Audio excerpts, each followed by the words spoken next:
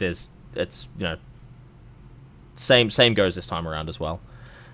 So with that, we just a moment. With that, we're going to hand it over to GLPhoenix, who's going to be doing Yoshi's Crafted World any percent.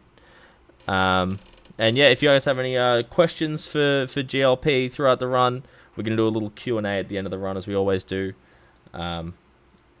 Whoops. I just clicked some random stuff on my OBS. I hope that didn't do anything bad. No, okay, we're all good. Okay. Okay, so with that, over to GLPhoenix with Yoshi's Crafted World any percent. Everyone enjoy. All right, hello everyone. Welcome on in. As mentioned, I am GLPhoenix, and this is Yoshi's Crafted World. The timer doesn't start yet because we have a couple of things to actually select before we get started. But yeah, this is a game that came out in 2019. It was actually one of the very first games that I speedran. I don't know why I started with it, because I've been watching speedruns for so long, but this one was the first one I was like, you know what? Let me get in on the action. It's a fun one. There's some really cool stuff that we get to do with this game.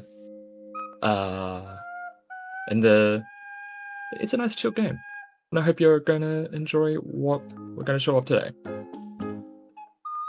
Alright, so take a little bit to get started. Just give us a second. Give us 1 second. So essentially the main story is things are a little bit messed up. We need to fix things. It's very simple, it's very straightforward. No two beans about it.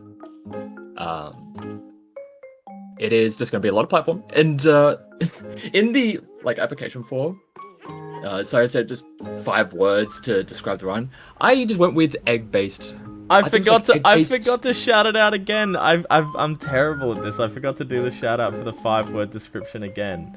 Yeah, I think so, it's like egg-based. So your description was, this is an incredibly brave description as well. It was egg-based gameplay, also eggs. Oh yes, exactly. Also eggs. Cool. Alright, so only one. Thank you for reminding me. Purple, because purple's my favorite color, and we can get started in 3, 2, 1, go. Cool.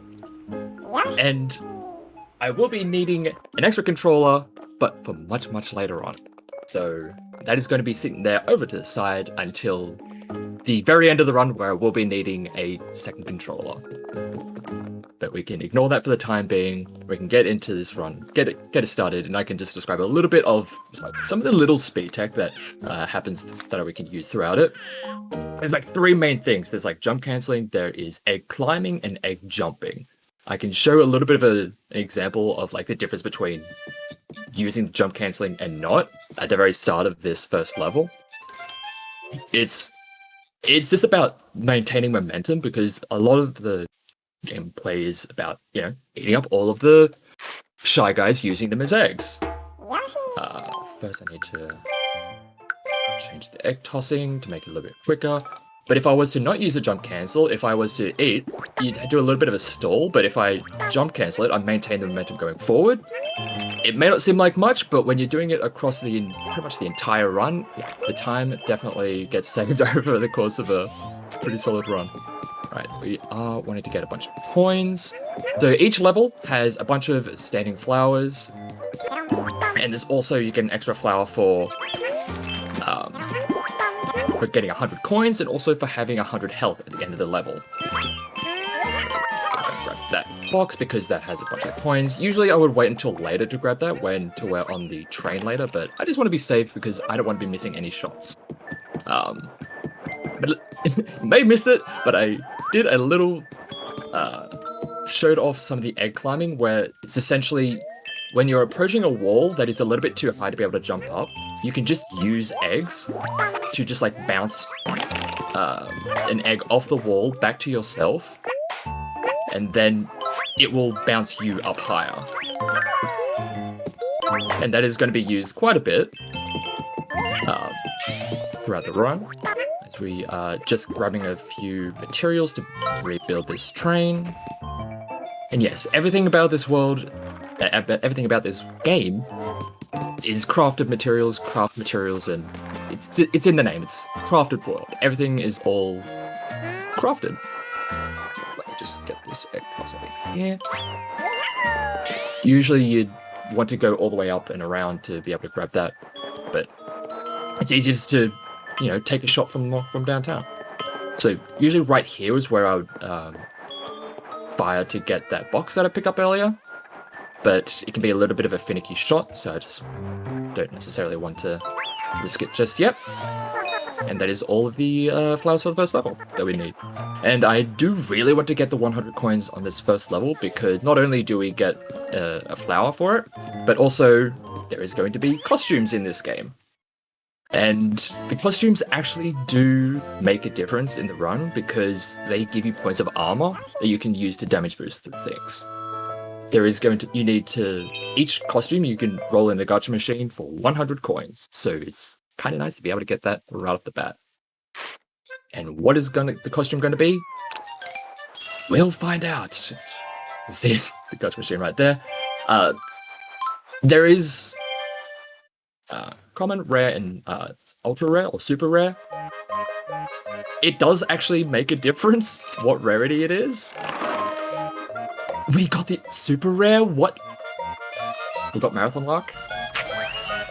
And that actually does make a difference, because the amount of hits of armor that the piece has is determined by its rarity. So the common costumes will only have 3 pieces of armor, the rare will have 4, but the super rare has 5 hits of armor. So I can be super silly, just like carefree about actually taking hits throughout the entire run. So that's gonna be fun, and we also get to be a train. That's really good. Alright, so in between all these different worlds, there are going to be checkpoints, and we need to use flowers to get through them. So we need to be getting a certain amount of flowers to get through all the checkpoints throughout the game. I'm not going to be getting all the flowers because there are a lot of them that are very inconvenient to get. We're going to be trying to get just the right amount so that we end up with a nice clean 0 once we get to the final boss. But there's a good chance I'll be grabbing a lot of safety flowers just to make sure that I'm not going to get to a situation where I just don't have the flowers to get through.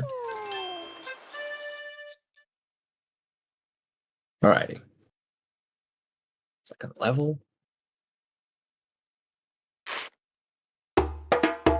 I was talking about this a while ago in regards to... I keep messing up that up.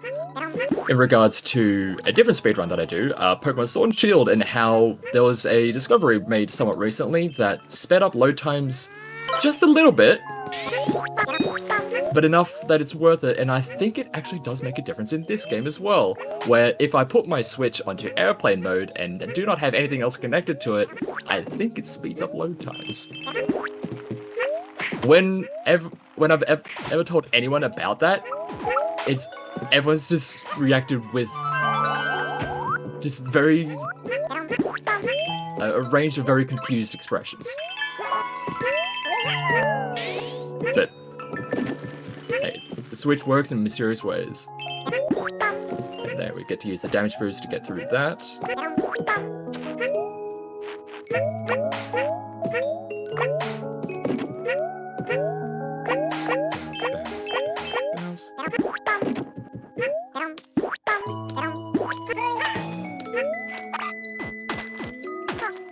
Just wait for a little bit for this. Don't take care of that ourselves. Let's just go up there, and again, just using this armor to the maximum. And we get to do infinite hovers, and just use that egg to just jump us up over the ledge. It is possible to, if you're doing it well enough, you can infinitely hover, but it's not the fastest way to get across a lot of places, because you do like stall out a little bit whenever you do a flutter. So you only really should be doing the infinite flutter in sections where there is literally no other way to do it quicker. Like, if the casual method of getting through a level is quicker than doing the infinite flutter, there's no point.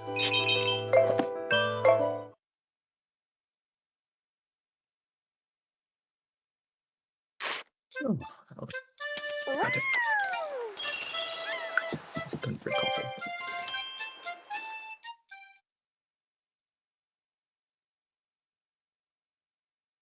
Already off to an okay start.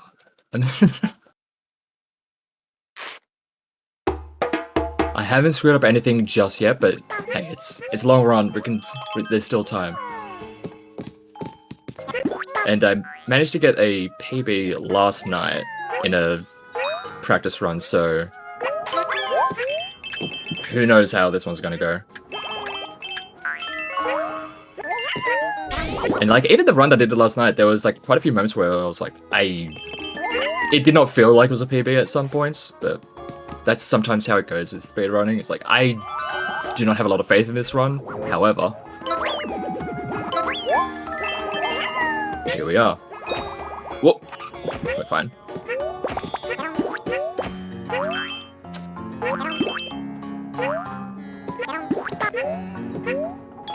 One thing that it doesn't seem like too difficult or too precise, but when I got that flower a little bit earlier where I threw an egg directly down, that is like kind of annoyingly tight of a timing to throw it just directly down. And the reason for that is,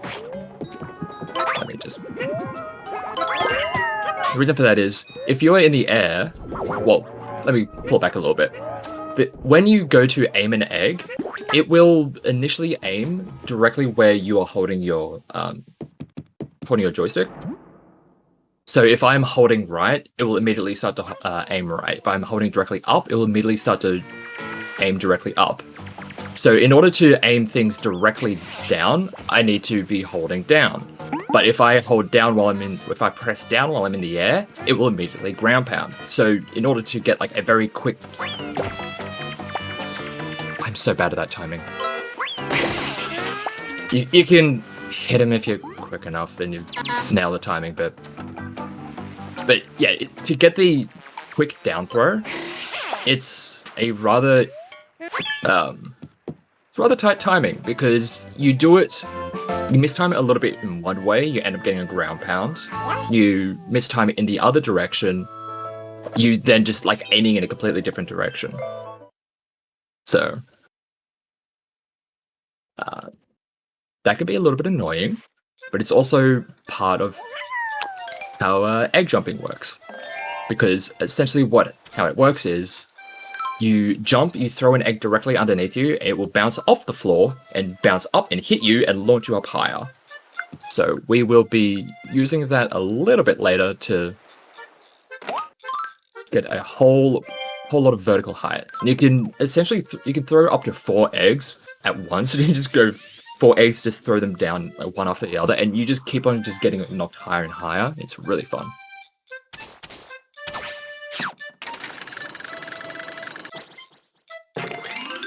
Yeah, I think that's like most of the tech explains. There's like the jump cancelling to maintain momentum, the egg climbing, you just throw things against a wall, it'll bounce back and it'll bounce you up. And then there's the egg jumping. And a lot of the tricks and everything going on, it's just kind of different variations of that.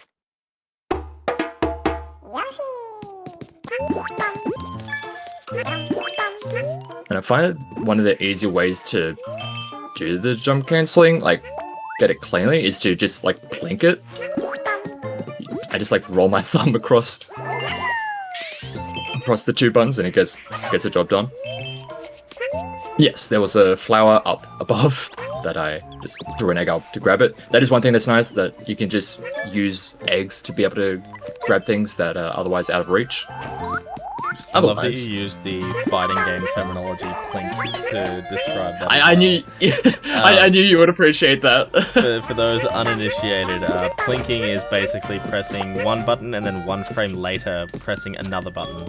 Or actually, I guess more technically, you would be pressing and then holding the button and then adding a second button on exactly 1 frame later. In a lot of fighting games, it's used to make a 1 frame, window for a combo effectively into a 2 frame combo, 2 frame window rather. Yeah. Jesus. Yeah, it's actually in Yeah, Castlevania as well, and it's got a really, really interesting, Castlevania 4 specifically. There's a really interesting use case for the Pac-Man Championship Edition. Oh, really? Yeah, so basically, if you plink the direction that you want to move, the ghost will read your first input and like it just tracks you based on your inputs, not your actual position. So what you do is you plink the direction that you want to go. You first press the direction where you want the ghosts to think you're going to go, and then plink the direction where you're actually going. And so you control the ghosts by sending them off in, this other, like, random set of directions that you aren't actually going, while you go uninterrupted by the ghosts. It's really, really weird. That's pretty cool. Yeah. You get to essentially control two characters. Yeah, you're basically in a way. you're basically controlling two characters, one that exists and one that doesn't. Right, so we just skip a lot of that level just because we get to just use eggs to navigate around all of the obstacles. It's nice. And this dog is going to be useful a little bit later. There's a few levels that has this dog. We're going to need to, the intended thing that the game wants you to do is ride on its back and it will jump up and get around all the obstacles for you. Sometimes we are going to use that, other times we're not going to bother. We're just going to do our own thing. And this is just showing off that there is like a B-side to all the levels. We are not going to go find them. I'm sorry. And on the B-side of all the levels, you find all of the little dogs. We are not going to be doing that. Unfortunately. And this is the first of the, I guess I'd call them vehicle levels. I hate this one. And if I'm going to be needing backup flowers, it's probably because of something like this. Because even though everything should be automatic, I should be able to get every single flower on this level. But I always find ways to just miss something.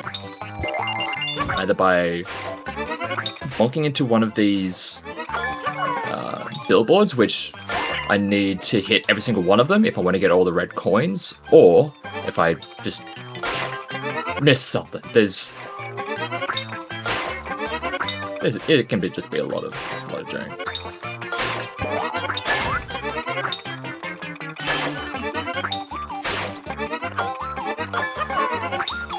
Just take it steady. And the game gives you a lot of leeway when it comes to the amount of points that you need to actually get the 3 flowers at the very end. So I really don't need to worry as much about the score, and should be worrying way more about getting the other flowers that are a little bit more tougher to get. Nice.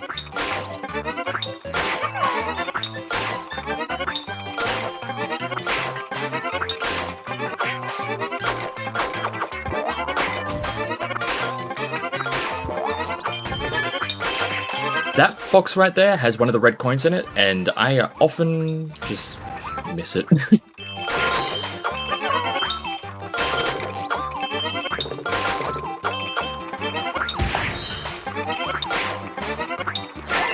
And even though this level is kind of just an auto-scroller... Oh, by the way, this game has more than a few auto-scrollers that we will have to deal with, which is just lovely.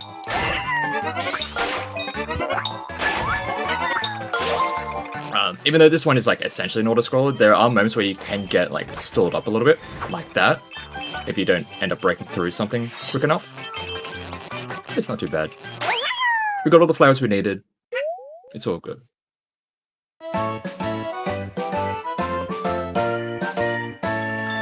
As long as...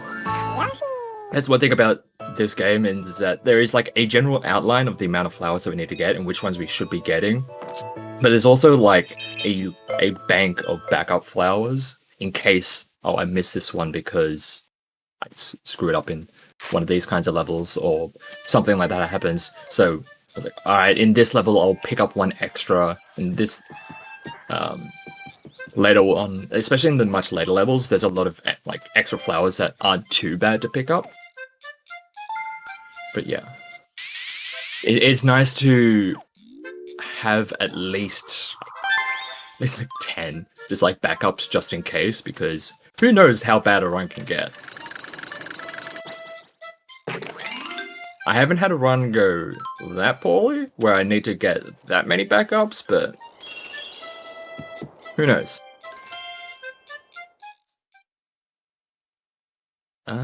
Speaking of which, I'm probably gonna not go for the coin flower in this one, just so I can show off one of, well, at least attempt one of the more fun endings to this.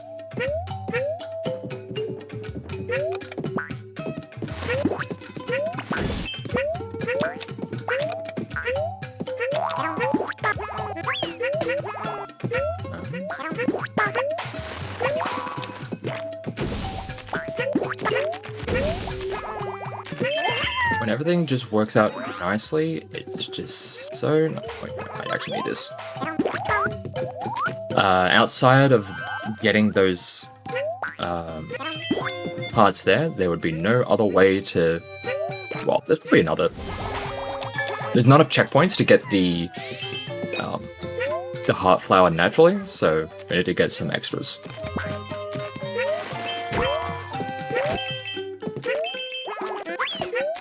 Go.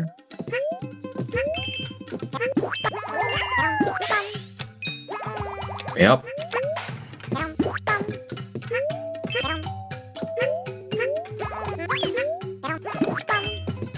Alright, so we have enough eggs. We're not bothering with the coins. And we have a way to not have to bother with the whole minecart section. Usually you'd want to grab the minecart, push it all the way back, and then just like ride it along the rails. And that is also what I would do if I was trying to get the coins, because if I'm doing this normally, actually, there we go. If you just ride the minecart, it will just have a whole bunch of coins spawned, which helps us get the last few that we needed. But if I'm not bothering with the coin flower with that one, I can just do it like that, which is what you would do for the IL strat. And I have run quite a few ILs, and it's kind of fun how some of the strats differ, because you're not needing to worry about getting flowers to make it through checkpoints. You're just going as fast as you can, not caring about anything. Alrighty, this one is kind of a half auto-scroller. Half of it is an auto-scroller, half of it isn't.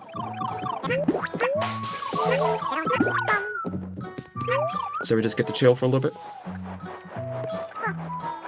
Train on a train.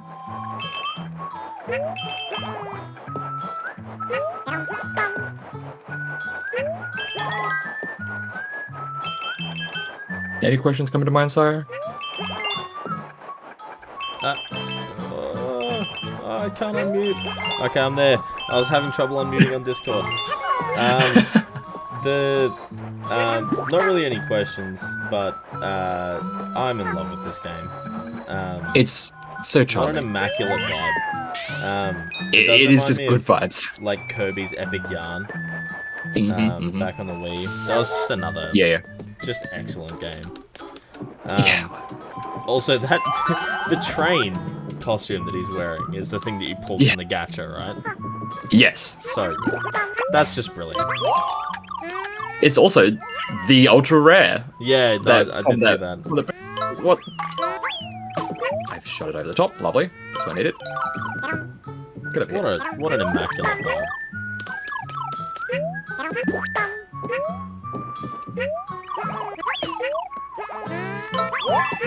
Go get. We're building a bridge. I said, lock on. Okay. So usually the game will want you to stand on this bridge underneath it to be able to actually throw the pieces onto the bridge to fix it. But because we can essentially throw them as eggs, when you don't have eggs and you have the ability to just throw the pieces, the game will just let you lock onto the bridge to fix it from anywhere. So we don't have to go all the way in front of it and that is actually going to help us out a little bit later on in a section where we'll actually get a little cutscene that will just teleport us right to where we need to be after. So we don't need to go directly to where the game's like, no, you need to be standing right here in order to use the pieces.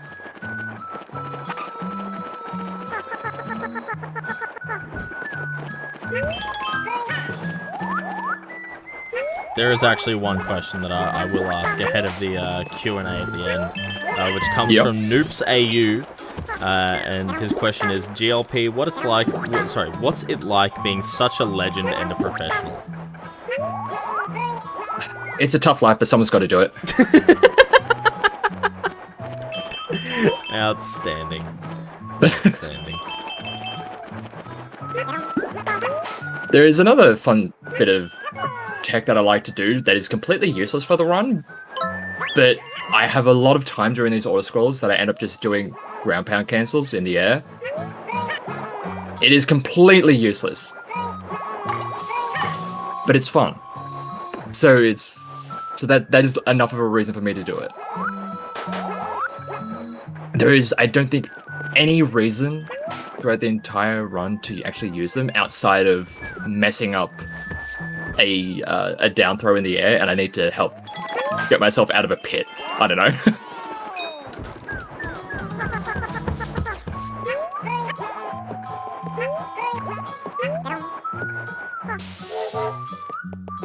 That went quite nicely. In a lot of the auto scroll levels, you're usually able to get every single flower, the coin flower, the health flower, and also the red coin flower. But in a lot of levels, the vast majority of levels, we don't bother with the red coins because they're usually in really, really annoying places out of the way, and you just don't bother with them, except for levels where they are literally right in front of you.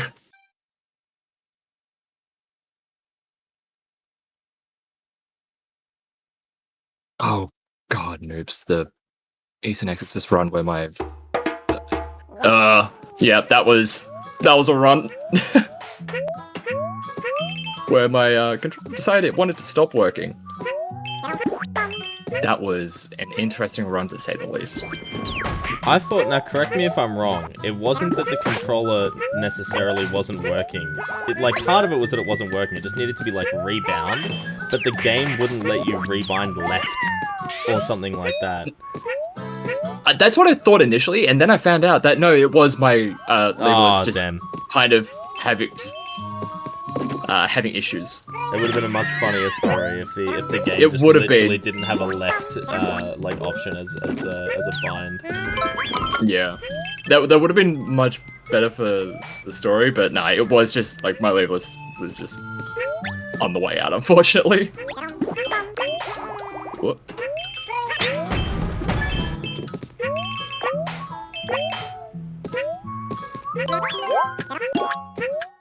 There's a lot of these timer challenges that we don't really want to do because, as you can see, we're kind of taking a little bit of time to go and grab it, but some of them are perfectly fine to go and grab. I really like doing that section. It's very satisfying when everything just works out. These mice can be a real pain if I don't deal with them quick enough, because they can start tossing the magnets from one to another, and then you just have to start chasing them down, and it is just a real pain. But thankfully, we don't have to do that. And there's that egg jumping that I was talking about earlier. It's very fun.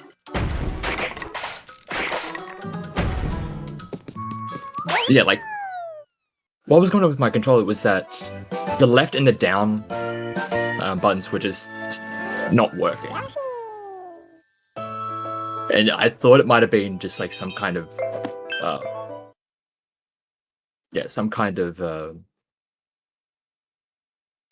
key binding thing, but no, it was just the controller going on the way out. But yeah, I had to had to adjust and kind of wing it on the fly. That was embarrassing. But we made it through it.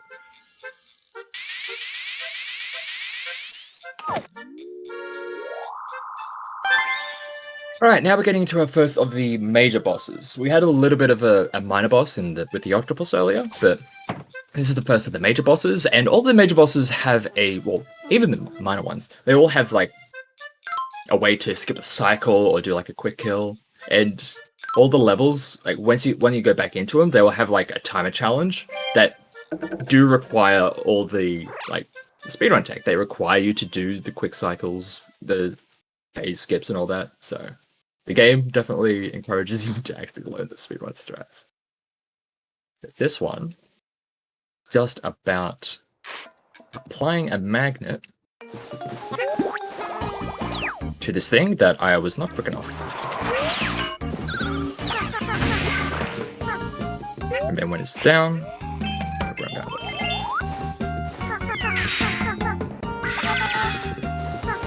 And we have to do this for a few cycles.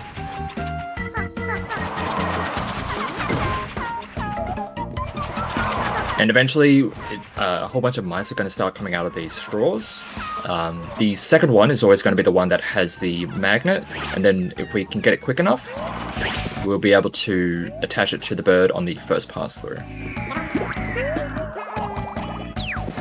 Like so.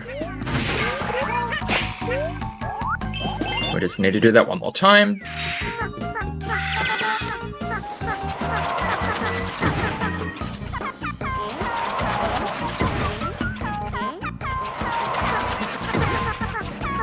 This game gives me a lot of downtime, so I just end up like mashing buttons, which sometimes gets me in trouble because I end up breaking blocks that I need to actually use for platforming, but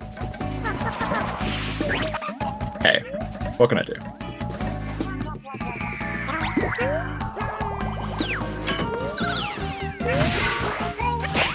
And there's the first boss defeated. The nice tin can condor.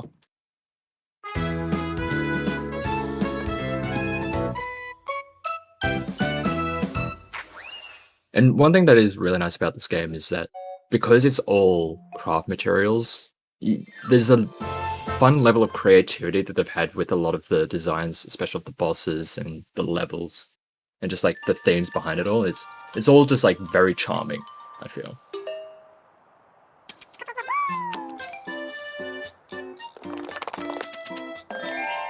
Alrighty, moving on.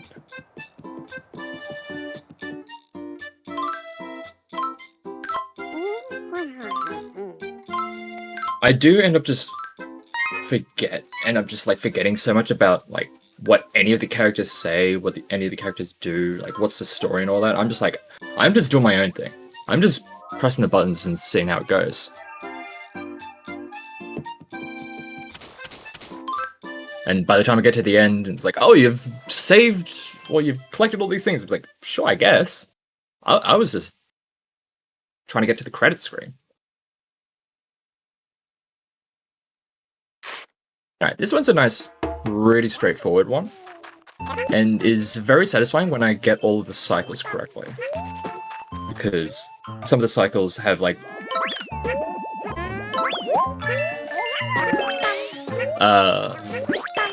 these flowers that will pop up and that will go down, and being able to get everything efficiently is very satisfying. That is one of the moments where I go high enough, because if I miss the down throw and end up ground pounding, I have enough time to actually save myself. But thankfully, I didn't need it.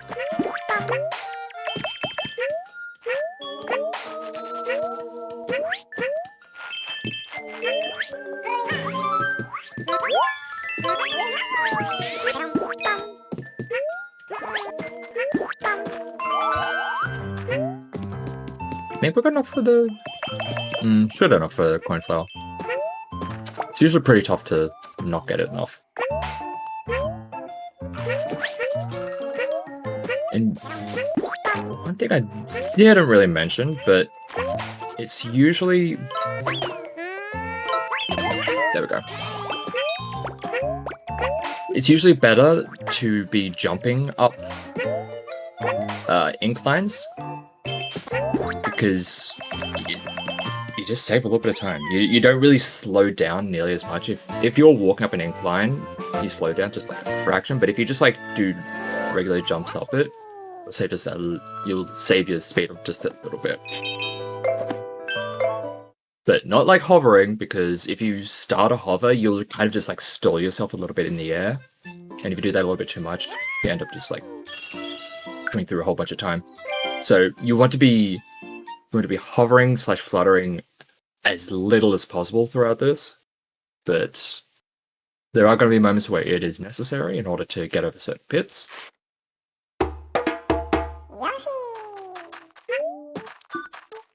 And just being able to jump over a lot of it is quite nice. Alright, this is a real auto-scroller. So we're going to be here for a while, so if you've got anything you need to bring up or whatever, you've got a lot of time to work with. Absolutely, I can definitely make that happen there. Fill this void with a shout out to Gamers Outreach, who put it together the wider Jolly Jamboree, which Syothon is a part of. The Jolly Jamboree itself is raising money for Gamers Outreach and their Go-Karts project. Go-Karts are a portable video game kiosk that is built specifically for hospitals. So they are equipped with modern consoles as well as an array of beloved titles and 4 controllers that can be used to, by family and friends and whatnot for everyone to gather around. All medical grade, safe, recycled materials. A single go-kart can support as many as 2,900 kids each year who are undergoing treatment or other hospitalization. Just be used as a means to socialize, engage, and distract and whatnot.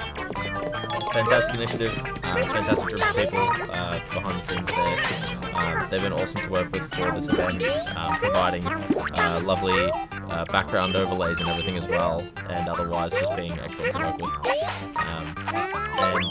So all the funds there and all the funds from the stream and everything from the syothon event will be going towards that. They have so far in total across everyone that's involved in the Jolly Jamboree have raised over $43,000 so far, which is excellent. Incredible. Yeah, fantastic cause. A lot of fantastic people doing work to make all that happen. And I'm really proud to be contributing with the syothon event. And just happy to see all the runners and everyone doing so well so far. And we've still got another 40-something hours. And it's all going to be excellent. I'm very excited for it. It'll be a great weekend. Huge thanks to everyone for stopping by and supporting in any way, be it just viewing or participating or anything along those lines. And other than that, back to you. We're still on this auto-scroller. It takes a bit.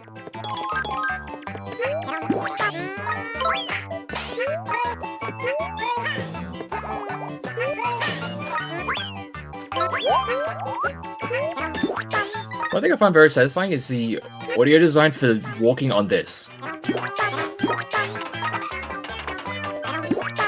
No, it's just very satisfying. Oi, buddy.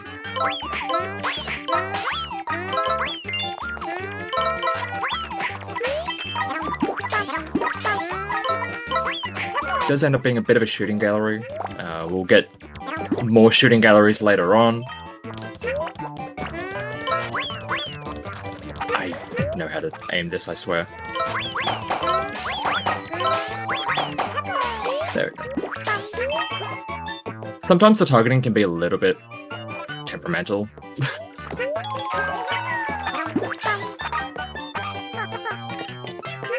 Especially when trying to lock onto something that's in the background. I can be just a little bit off on the aim, and then it'll be like, nah, you want to be shooting directly in front of you. I'm like, cool. That has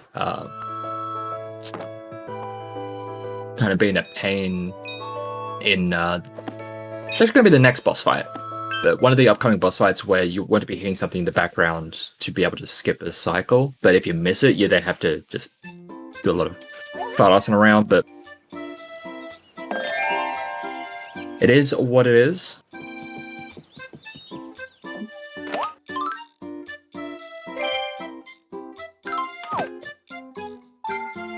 I was about to say we're going to get into another auto-scroller, but that's not just yet.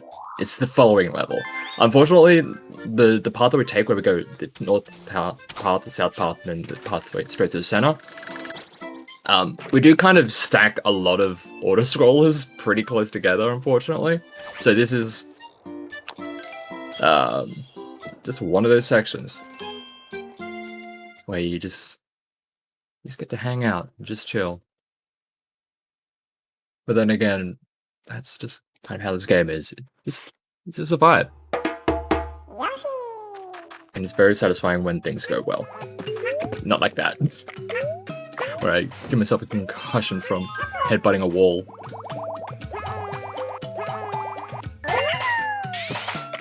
Right, so this dino head is going to be used to break through all these blocks. Way, thank you. We're not taking that timer. There are some times where I would... Actually, you know what? I will. I'll take this time challenge.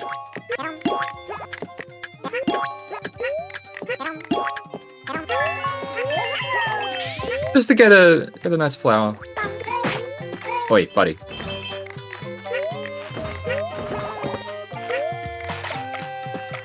Didn't really need the extra flower, but it's nice to have that as a... just in case. And if we have full health as we get into a checkpoint, it will just spit out a whole bunch of coins, which is going to help us in getting to the 100 coins that we need.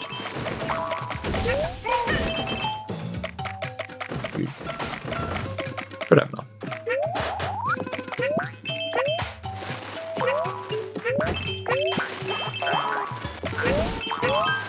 There we go. Those bombs can be a little bit awkward to try and jump off because sometimes it just like eats your jump. And you get like a half jump off it.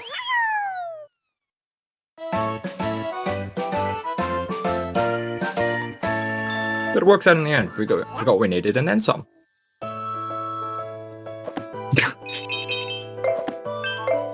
And yes, I do usually talk about fighting games. The last time I was on a speedrun thing, it was because I was running a fighting game. But this is very much a departure from all the fighting game stuff that I do.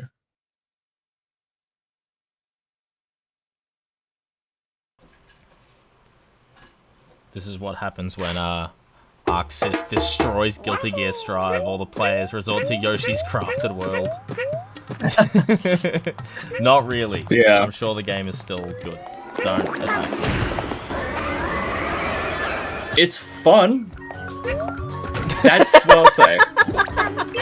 Such a polite, like, just such a polite, like, non, like, shit-talking. Non-committal, yeah.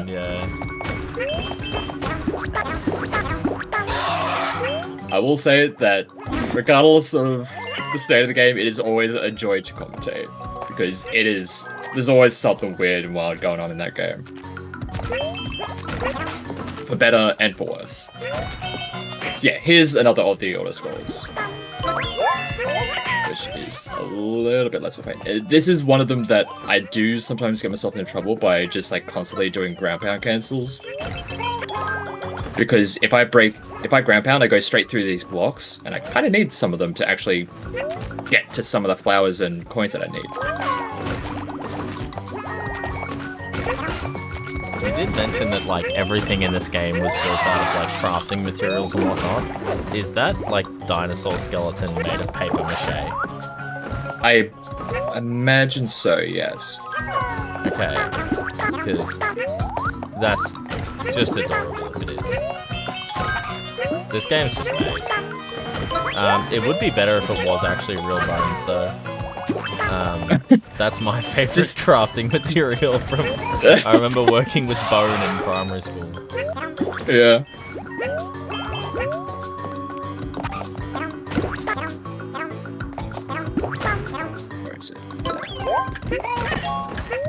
Ooh. It's rather precise to actually get 2 of them in one go. Doesn't save me any time because we're still in an auto-scroller, but nice to do anyway.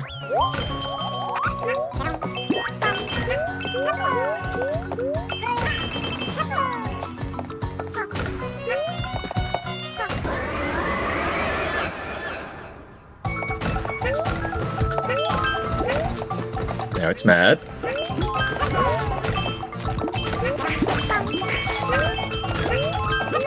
Alright. There have been some times where the bounce on these balls has like not been all that generous, and it's caused me to miss one of the red coins, but thankfully we didn't get that.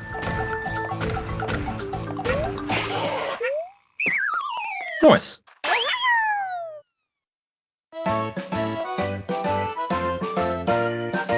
And now we go into the section that has one of my favorite levels sandwiched between 2 of my least favorite to do. Because up next is another one of the vehicle levels, but it controls so jank. So, ugh. And if I miss something, well, I guess I got that back up earlier.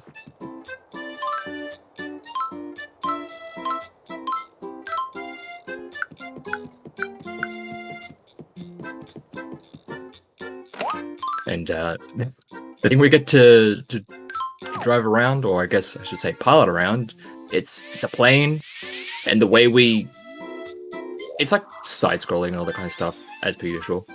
And you like fly it up and down by just like moving back and forward on the plane itself, so you just like angle it, and it can be incredibly finicky. I hate it. It's so annoying.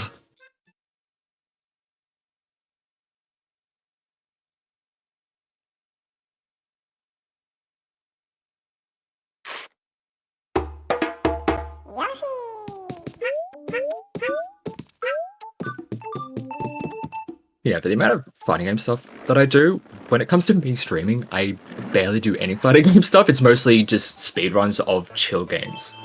Like this, my main ones are like this and Pokemon Sword and Shield, which are just 4 hours of me just vibing the hell out.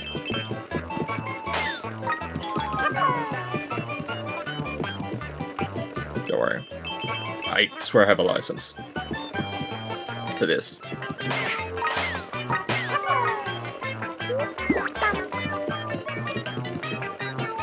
Very good. It is not uncommon for me to accidentally miss one of the red coins because I'm spending too much time just trying to keep things steady on this.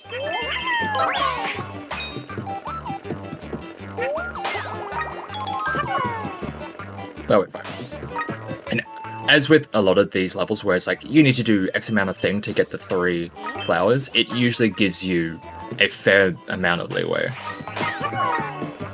After all, it is a game targeted at a more general audience, so there is a limit to how brutal they want to be with some of the breakpoints. Don't mind me, we are just going to be bouncing on this for a little bit while we take care of these. The reason we stay bouncing on that thing is because big guys refill all your eggs. And I use that as a nice refill after I spent all of them. So I wasn't just bouncing on it for the sake of it. It was like, there was a purpose.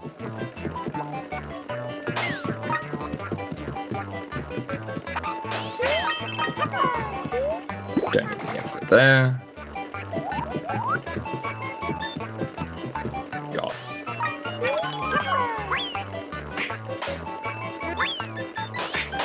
This thing controls so badly, I hate it.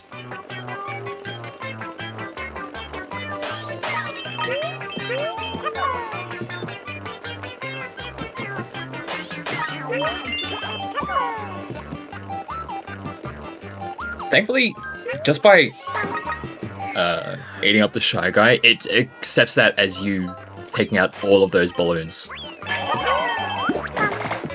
So that's very nice.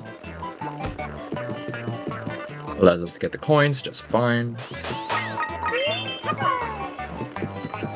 There is going to be a bit of a timing shot to make here between propeller blades, but thankfully one of those hit. God. Send them all over the place. Nice.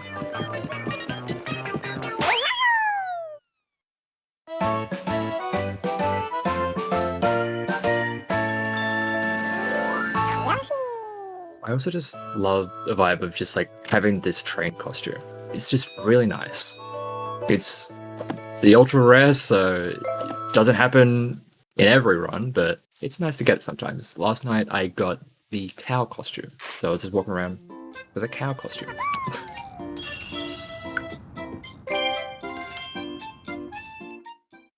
Is always very nice. And just trying to think of the other costumes that are in that opening section. A bottle of milk. Anyway. This one I do very much enjoy, especially the IL for it, because I don't have to worry about all of the extra... Hello?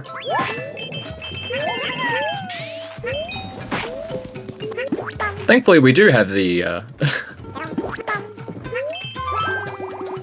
the super rare, because I'm going to need it with how many hits I'm taking. The section where we do not need to worry about just yet. We are just going to do our own thing.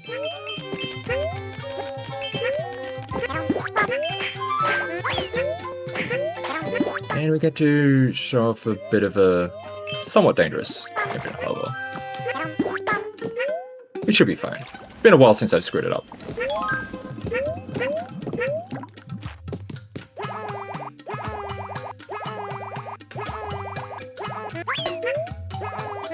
Nice.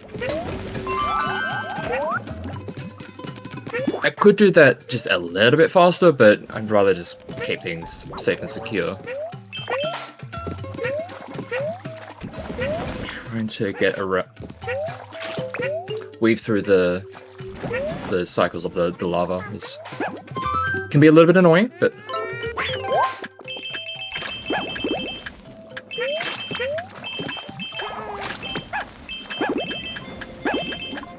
yeah, so this is another section where it would be possible to just flutter across all of this, but it would not be nearly as efficient as just taking the right.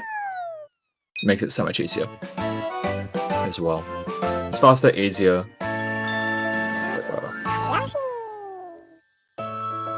Gets us the ones we need. Oh yeah, this next one. Sometimes it's just like the bane of my existence, it's next level. Because we've got those little... What are the birds called? Like, there's like a weird name for them, but I can't remember what they're called. But they're annoying because they just have their set path and they do not deviate. They do not care. It's very easy for them to just get in the way. These things. And I just have to commit to the jump.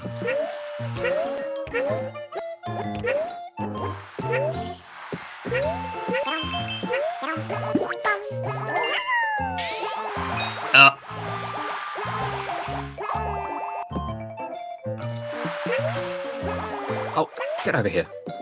And yes, there's ping pong balls that we're riding across.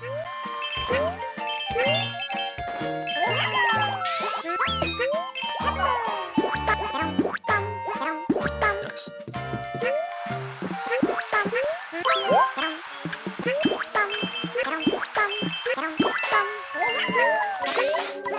Alright, all things considered, not too bad.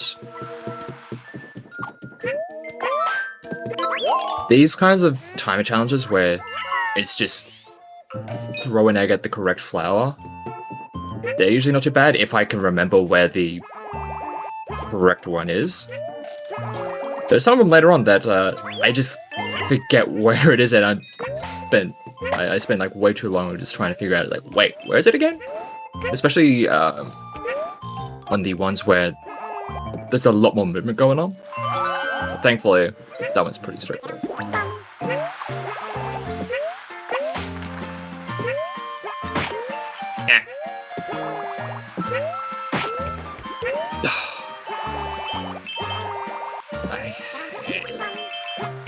I spent so much time just like fluttering in this level just because I want to stay as far away from these as possible. Oh, fine. We got out of there with minimal damage. Lovely. And it's really good that I have the the super rare costume, because if that was just a common costume, it would have broken. And the annoying thing about when you break a costume is that you have to re-equip it at the start of the next level. So ideally, I don't break it at any point, but yeah, who knows? But thankfully, we're done with that section. We can move on.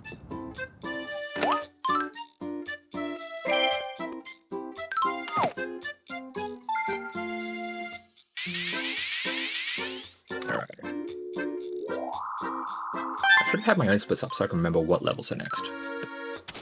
But I kind of forgot to do that. But look, you'd think I'd just be able to remember what level's next just by, you know, playing the game enough and remembering what is actually next, but no. That's why I have my splits open, so I know what's up next.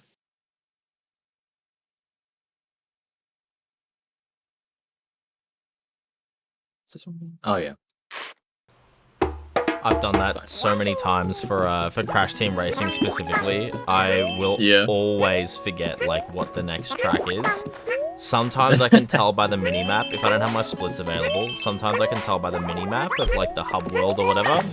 But then like I have caught myself on multiple occasions driving to the wrong track because I don't have a little list of like the order of tracks and whatnot via the splits.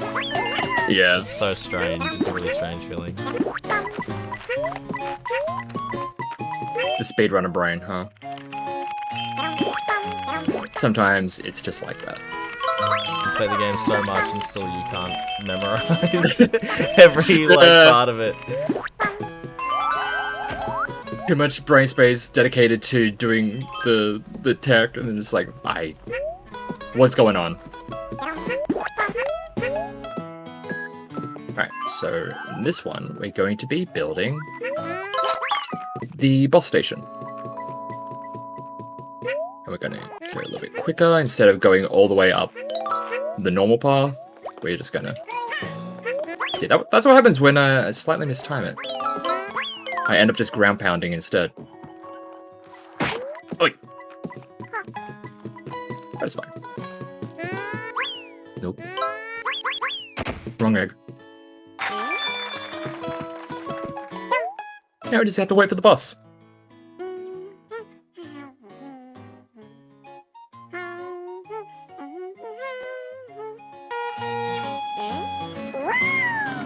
It's so cute. I love it. Alright, we should still be able to get the coin. At 50? Yeah, there's more than enough coins in this last section that should be able to get it. I usually like to be at around 60, just to be sure, but...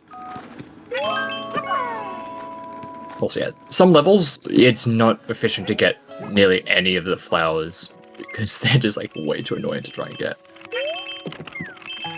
So it's not uncommon to have a level where you only get, like, 1 or 2 of the standing ones.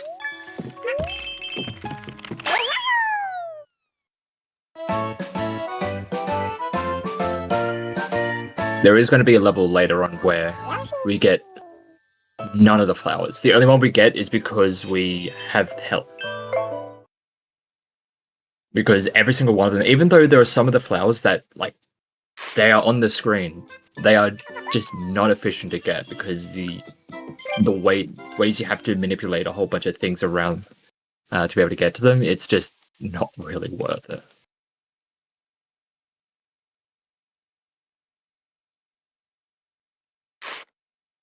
Right.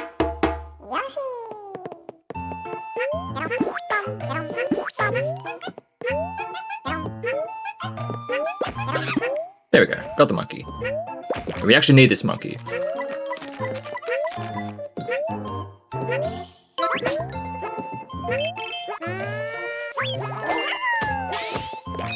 that flower only spawns if you go high enough.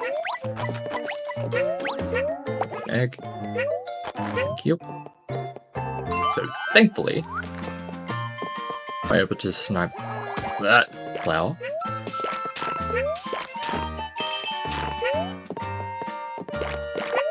This is another section where that blinking comes in handy. Never mind, missed it. I think I did that a little bit too late. You essentially just like drop the monkey off and immediately jump, and the monkey itself is what picks up the flower for you. Hey, that is fine.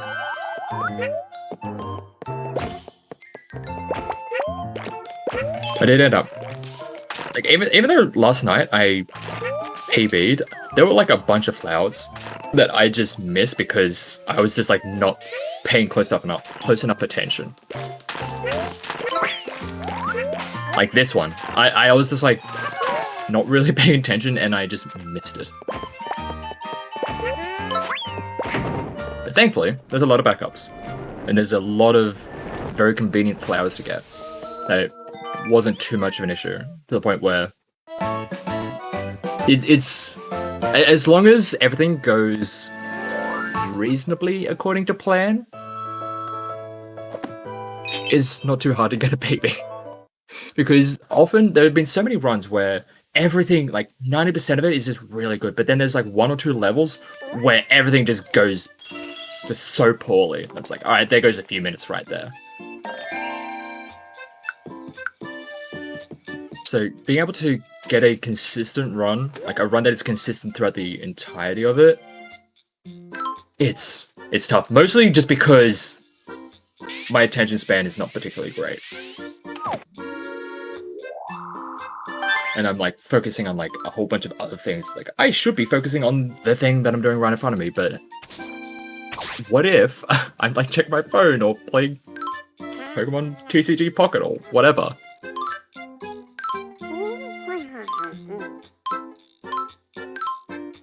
That's most definitely what I do during the Pokemon speedrun. I focus on everything except the speedrun that I'm actually doing.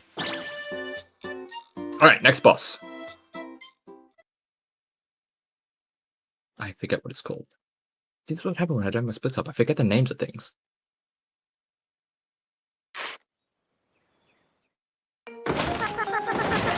But it's a prawn plant. Alright, it's going to spit out one of these, and then a bunch of Shy Guys. Not yet. And the way in which this fight works, those acorns are going to come up, and we have to drop one on its head. And the way in which we get a phase skip with this one, after this wave of vines, there are going to be 2 vertical vines that are going to spawn on the left and right side of the screen. The one that starts moving first, I want to hit the other, because that's going to interrupt the cycle and also still allow the first one enough time to spit out a Shy Guy so I can get just 1 more egg.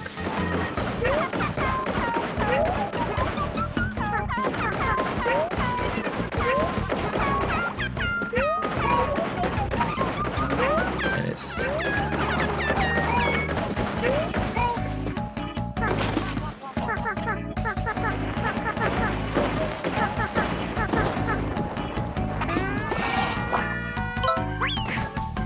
There we go. And it does actually save time to grab all the coins. Because if you leave some of the coins standing at the end there, it will give you the time to actually go and grab them. Within reason. But if you just like grab them all as quickly as possible, it will be like, alright, you've already got them. Time to finish.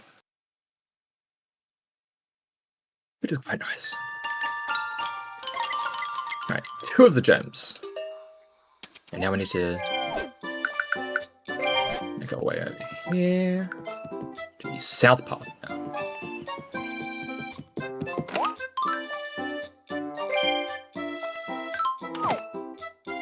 Also, I know it's all like prop material, but one of these upcoming levels makes me quite hungry. Because it's all like sweets.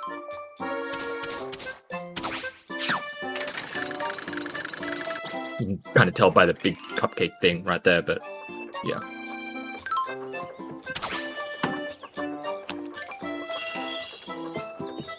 Oh, pastels are nice, and it just looks so appetizing. I have a sweet tooth, so it hits me doubly. This one, I really like doing the IL for this one, but fortunately, we are going to be needing to get the flowers that we need.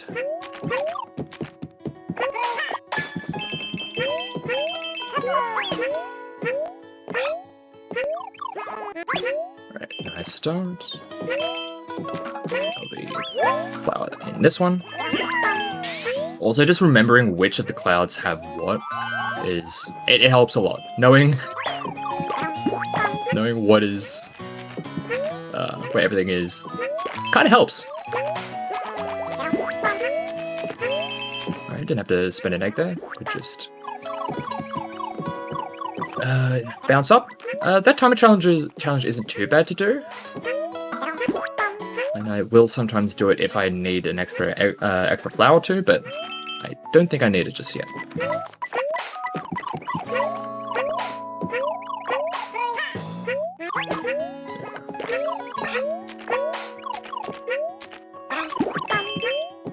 Alright, we want to be doing this egg jump on this platform.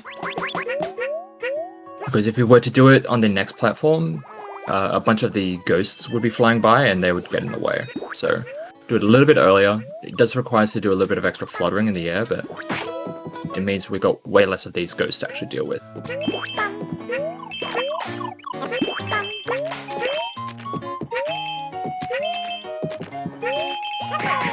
And I have just enough for the coin flower, because when you end a level with a bunch of extra eggs, all those get turned into coins. Delightful.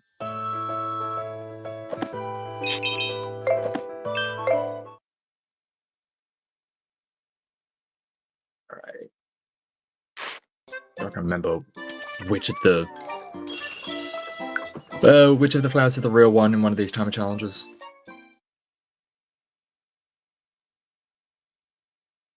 If I recall correctly, for the aisles, with this level in particular, there are like 3 people tied at the exact same time.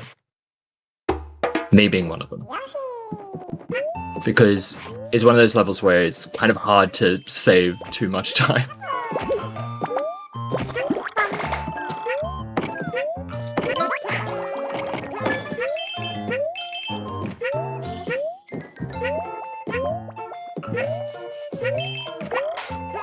Hi.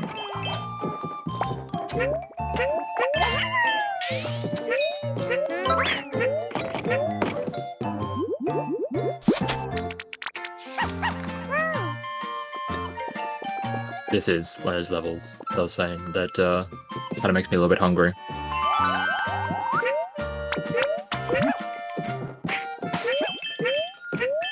We are just going to damage boost through this. Poochie does just barge straight through them, but kind of wanted to speed up a little bit.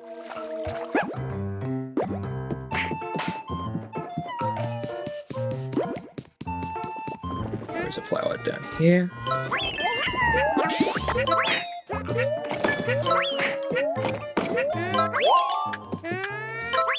That one.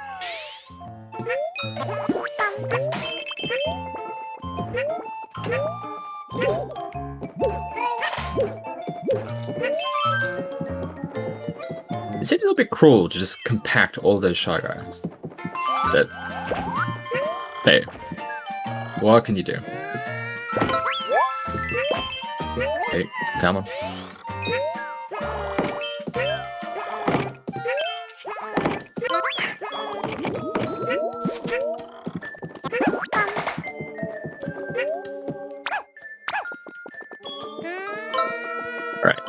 another of the timer challenges, but this time it makes sense to get because you're already going in this direction anyway. Wait. Good pickup. Now we just wait. We just ride this out to the end. Actually, I need to actually jump for a... Forgot about this.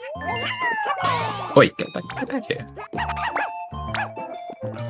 Usually you jump off and then just land straight back on me and just keep on going, but... It was a fool.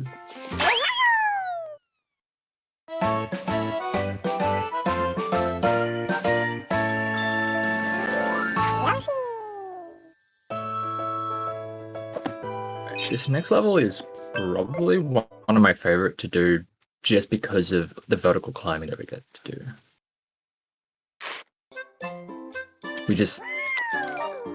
There are 2 sections where we just stand in one spot, jump, throw 4 eggs down, and then we just like skip most of the section. It's really cool. If I can get it to work.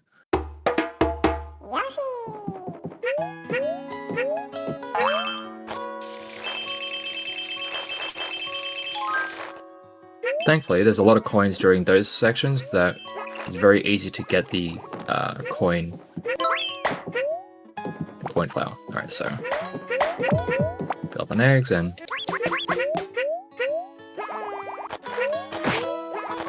take the hit.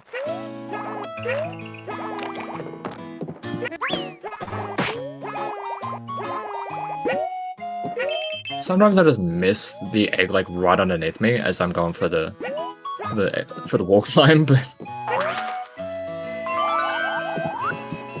sometimes the spacing and the timing needs to be on point for that to really work out, and sometimes I just miss it slightly and it feels a little bad. Need all the eggs we can get. But yet again, we are going up.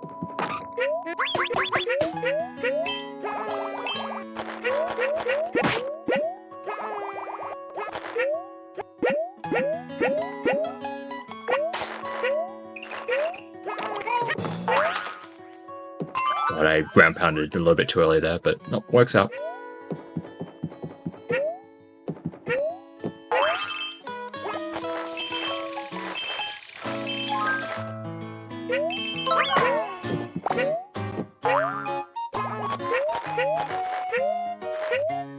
One thing that is pretty handy to do is that if you have the opportunity to just throw an egg at the egg spawner instead of just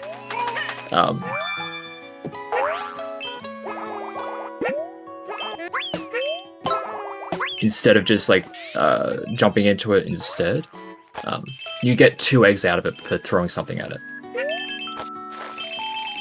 which makes it a little bit easier to fill out the reserves that way. Nice.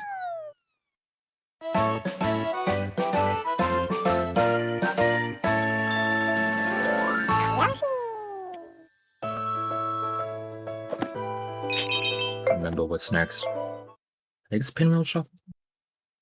Pinwheel Shuffle is one of the levels that gives me some of the most grief, because it's just a lot of hovering while also trying to shoot eggs in particular angles.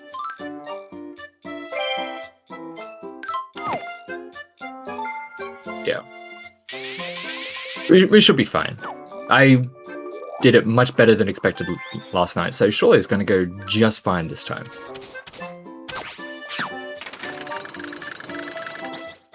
That's how it works, right? Everything just that you do in practice just works out just fine, and when you get to the actual stage, that's how it usually goes.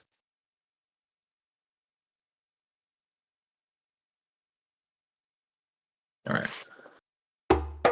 So, the way this level wants you to play it is to kind of spin those wheels around to actually navigate across, but how about we don't? We're going to be doing a lot of hovering.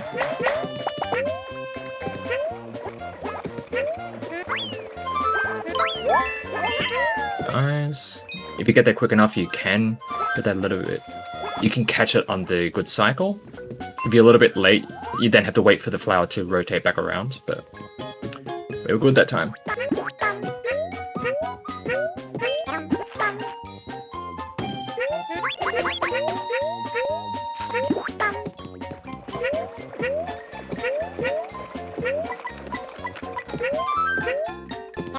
Nice.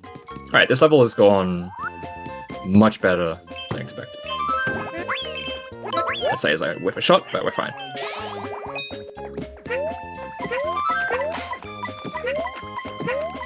One more flower. And it's just at the top here.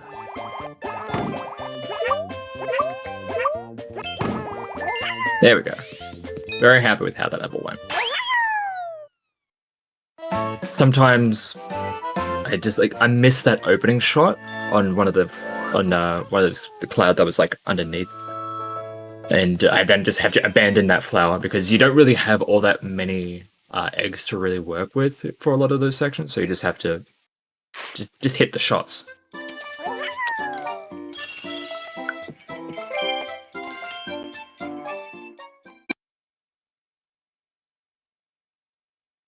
Mansion has quite a decent amount of flowers that aren't too bad to grab. I don't think I'll need all of them.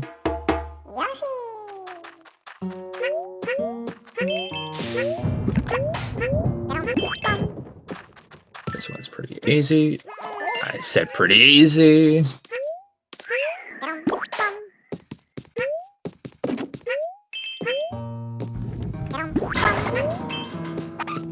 Let me up.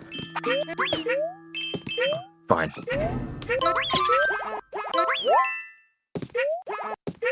Come on.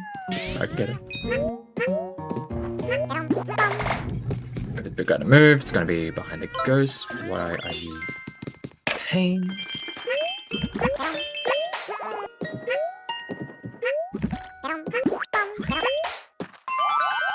And now, right here, we have these patrols on like annoying cycles. Well, if we can get them on the right cycle, we're all good. But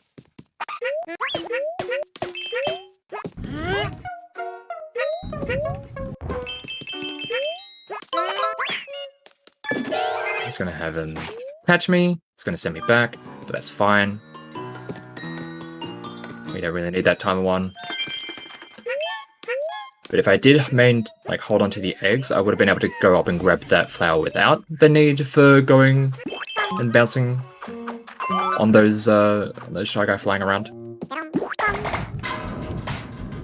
Alright, let's see if I can get this. Ah! There's a way, I think this might be a spacing thing, where you can essentially just kind of face through that those stairs as they come down.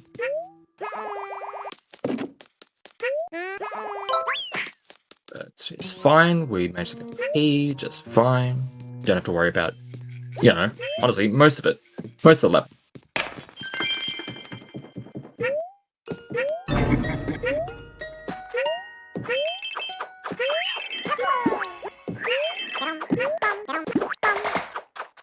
There are some other levels later on which, weirdly enough, go more into, like, the horror element.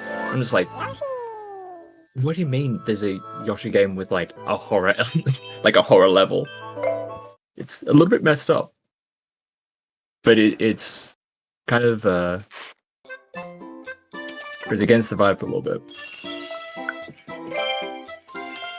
But it is quite interesting. Alright, this one is going to be just a timed challenge to just jump through a bunch of hoops.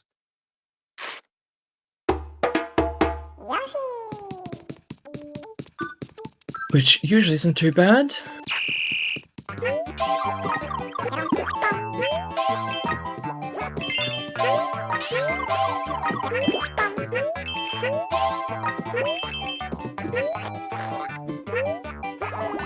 How did I miss you?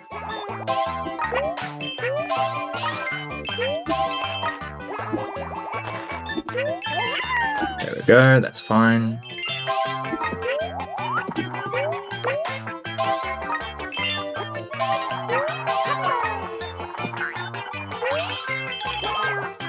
I never trust myself on those. Actually, I got it anyway. Sure. They gave it to me.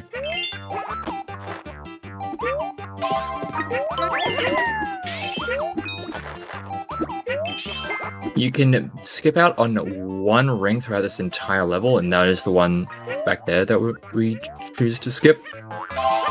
As long as I get those, fine. Don't really need the timer, extra time, because we're right at the end. But pays to be safe. Cool.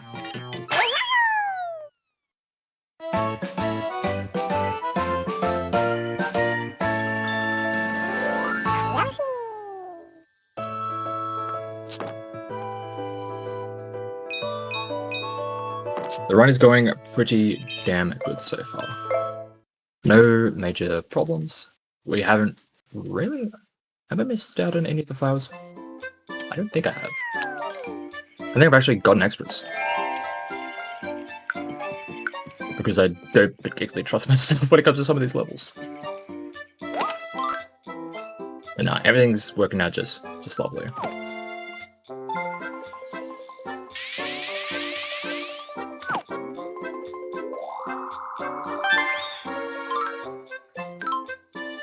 Alright, we just have a couple more levels and then we get another of the bosses. This next one has honestly a lot of flowers, which is usually where I get a lot of the backups from, but I don't think I'll be needing all of them.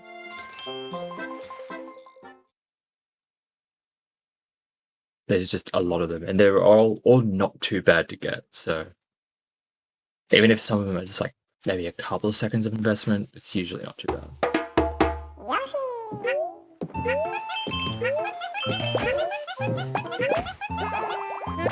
Need to scroll the screen high enough there so that the flower spawns in. Oop. And welcome to the optimal gameplay of this level.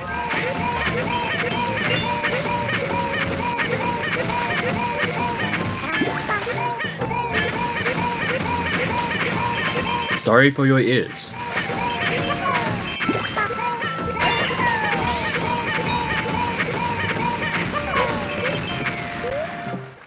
Anyway, that's enough of that for now.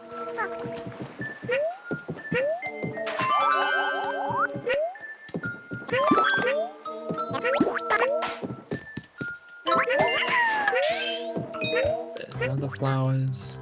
In order to get one of the flowers a little bit later here, it requires us to have all 6 eggs at our disposal. I don't think I'll be needing that one. Monkey, get out of the way, because we want that.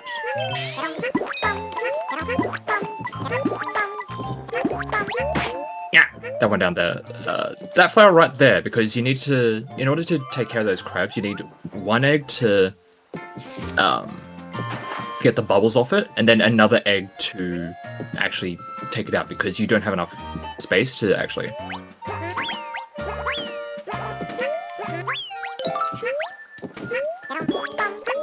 Anyway.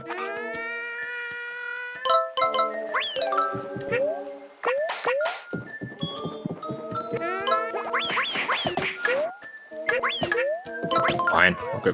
Ow. We're fine.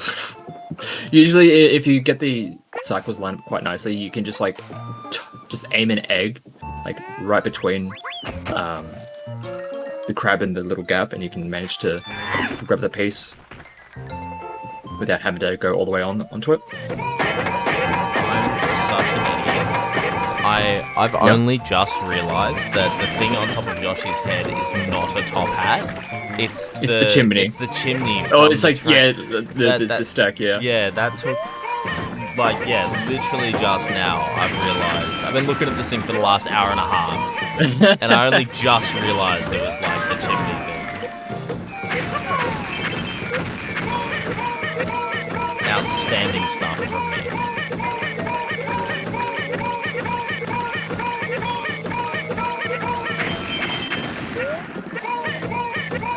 doing this ground pound stuff is actually going to be relevant in the final boss, so kind of have to get our ground pounds. And it is actually important to do that quick enough, getting 4 shots off quick enough to be able to destroy it in a timely fashion, so you don't really slow down at all. But yeah, in the final boss, you do have to ground pound similar buttons like that, so we're going to be seeing that a little bit later on. In like, maybe an hour.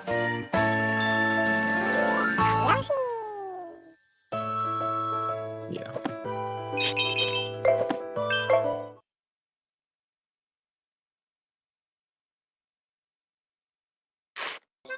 There's a particular jump in this next level that I haven't been able to get for ages. I can't remember if I even got it back when I first speedrun this, because I first speedrun this when the game first came out, and then I took like a 5-year break, like nearly 5-year break. It's been 5 years since the game came out, but 3 to 4 year break, and I don't think I even managed to get the jump back then, and it's essentially. It is going to be using the penguin that's currently in my mouth. And what we're going to try and do is spit it out and jump off it immediately. No, didn't get it. It's like weirdly annoying. Like the timing on it is like weirdly specific. But those are the words I wanted.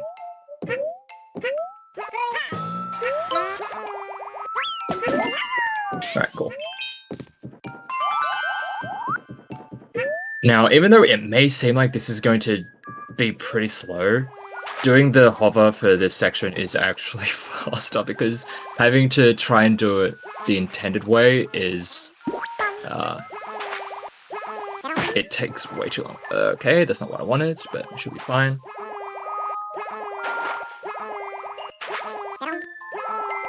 Just means I have to shoot it myself. Usually, if we are high enough, we can just grab the penguin, immediately spit it out, and it will take care of the crab for us, but we just had to take the shot ourselves.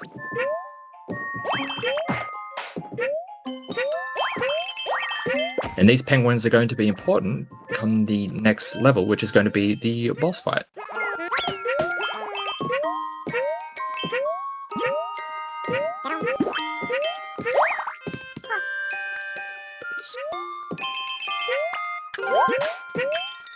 No. Cool. There's a way to just... there's a timing where you can just... while you're sliding to that point, you can spit out the penguin and just be in the perfect spot to get that right arc, to get all the coins, and not really slow down whatsoever.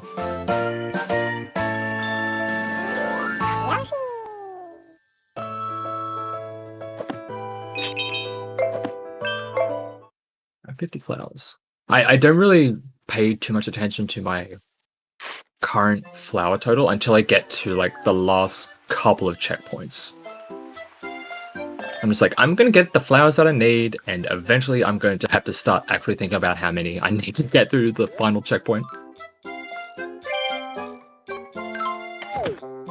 Like, for the vast majority of them, I just don't even pay attention to how many I need, because I usually have a surplus of them. It's when I get to the last 2 that I need to have a total of 45 to get through those last 2.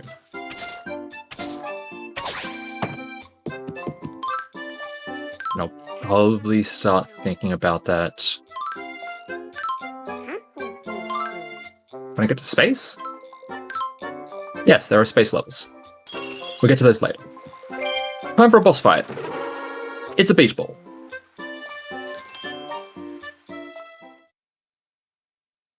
And the penguins can be a little bit annoying to deal with in this one, because they can just...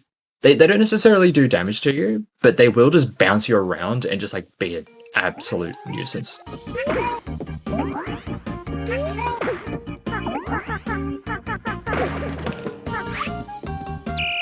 So, and the way to skip the cycle here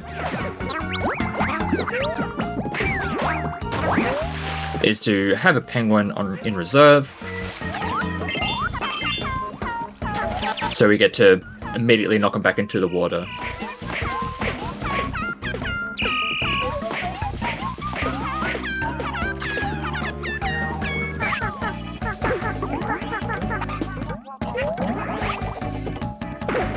Yes. It gets to skip the entire cycle of that, and now it goes straight to the end.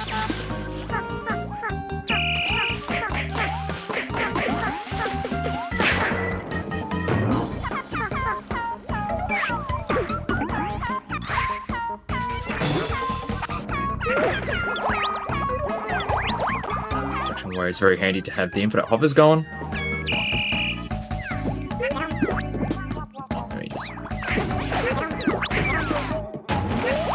There we go. Especially like the ring of penguins, they can be like, if you hit one of those, you just get slammed into all sorts of areas, and it can get very annoying, and then you can miss getting extra penguin to be able to knock bird into the water, and then you have to deal with the whole cycle again. It can be a little bit annoying, but it is pretty comical when you get bounced around by the penguins.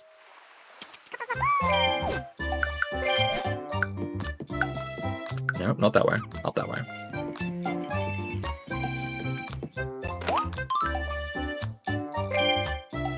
Right.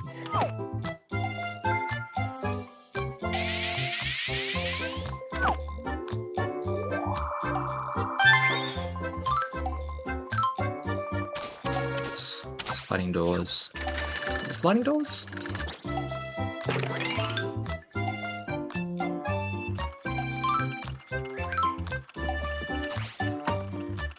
I think the level's called sliding doors.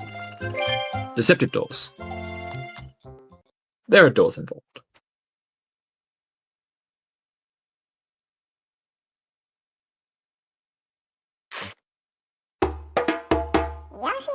This one we don't necessarily have too many problems with, but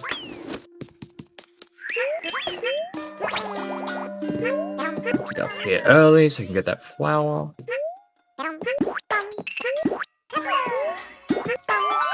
This one right here can sometimes give me a little bit of issues. I want to get rid of that guy just because he's a pain. Oh, God. Where's my M? Where'd you go? Fine.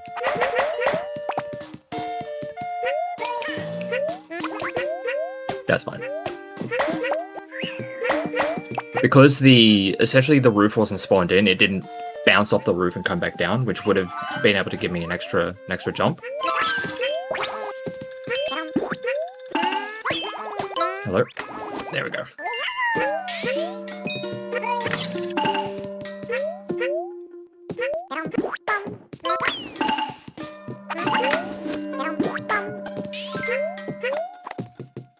Nice.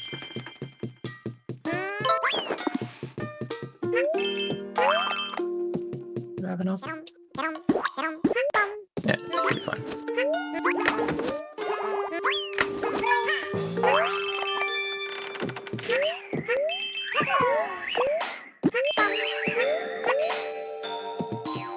Yeah, often when you see me ground pound in those kinds of situations, it's because I'm trying to time the down input with the ecto input so that it immediately starts aiming down. But then if I recognize that I'm ground pounding, I should theoretically be able to cancel out of it, like I usually do when I have a lot of time to work with, or time to kill. But often my reaction speed can be a little bit lacking. That's all good. One thing we haven't had in a while, kind of been missing it. It's an auto-scroller. So again, if you've got anything you need to cover, you've got time. I would love to. So what we do have here is a shout out to our lovely sponsors over at Gamers Outreach. They're hosting the Jolly Jamboree, which is an event where, you know, a bunch of streamers, you know, they're all raising money for the same cause, which is to build go-karts, not literal go-karts, go-karts for kids in hospital, which is like a portable video game kiosk. Comes built in with some controllers and games for them to play while the kids are in hospital, which is an excellent cause. Gamers Outreach are a non-profit that empowers hospitalized families through play, and their goal is to build a world where activity is easily prioritized as part of care, and video games are their tools of choice. Exclamation point donate in the chat to throw some money very kindly at that excellent cause on behalf of Syothon. So far, the wider Jolly Jamboree has raised over $43,000, and it's very. I'm very proud to be a part of that. It's excellent. Yeah, really, really excellent. And everyone's doing so well with the speedruns so far. We still got, you know, what, 2 days, 2 and a bit days still to go. Yeah, this is just the beginning. Yeah, if you want to see the full schedule, exclamation point schedule, we've got a lot of games, and one run that is not a video game as well. Which is Calabar, who's going to be doing a large Big Mac meal, 100% completion. He wants to do that one in under 3 minutes. So more power to him. I hope he gets his goal. But yeah, thank you very much to Gamers Outreach for sponsoring this sort of segment of streams that we're doing for the Syothon event. And yeah, they've been excellent to work with, and they continue to be excellent to work with as well. So if you do want to get behind the cause, exclamation point donate. But still, any support, viewing, participating, etc., is all very, very much appreciated. And yeah, every little bit helps. Yeah, absolutely. So yeah, thank you everyone, and thank you to you as well, GLPhoenix, for participating and showing off this outstanding game so far. Absolutely delighted to show this. This is just an excellent game. And yeah, I'll throw it back to you. Thank you for doing your thing, and to all the lovely people at home for doing their thing. Great. One thing that I only just noticed now. If I'm visible, you can see that the let me just do this while I can. The chimney that we're talking about, it is very visible if I'm out. But if I'm behind the door, you're right. It's not in the shadow. It's not in the silhouette, rather. Yeah, I only just noticed that now. I was like, because I was crashing because like usually you'd be like, oh, I'm a train. But when I was like, something's missing from this. Something's missing from this silhouette. How bizarre. And I was like, what the? I never realized that in all the time that I played this game. Unacceptable, Nintendo. Fix this immediately. Bug report.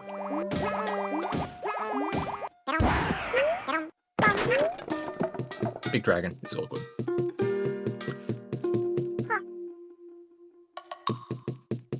Camera. There we go. It usually expects you to take a little bit more time to actually deal with it, but yeah.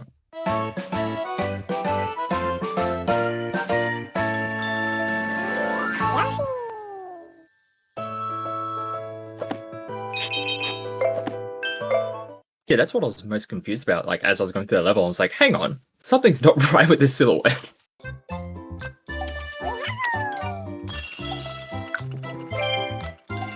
Interesting to note. Alright, into the castle. There are some tricky flowers to get quickly in this one. There is a rather particular shot that we can get, which shot under a wall, which can get us a flower early and manage to skip one of the cycles, but we'll see how it goes.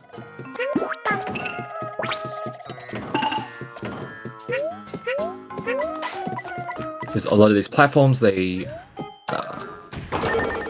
flip back and forth. You know what? Just send it. I tried to go over that guy last night, and he just like swatted me out of the air. I was like, all right, cool, you got an anti-air.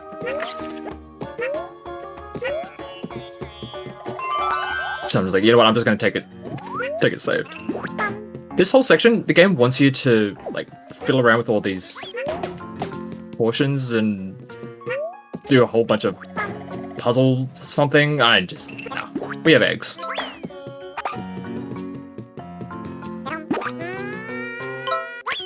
Targeting.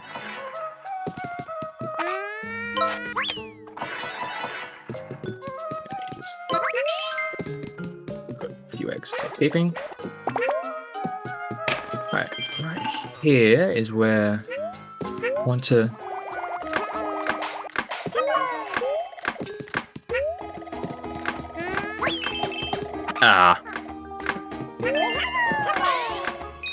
It is possible to not have to go into this section in order to grab that flower, but I just needed to angle it down just a little bit more to get a better shot at it.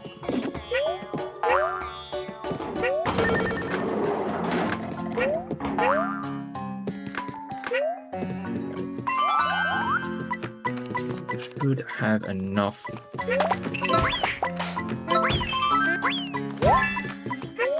All those? I did. Do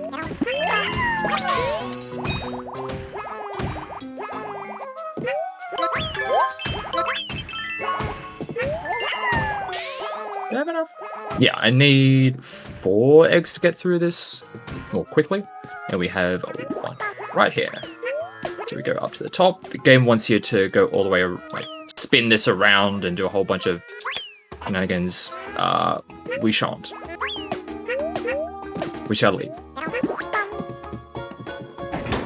And that is kind of the running theme for a lot of this. It's like the game wants you to do all this fancy puzzling and problem solving, and it was like, how about eggs?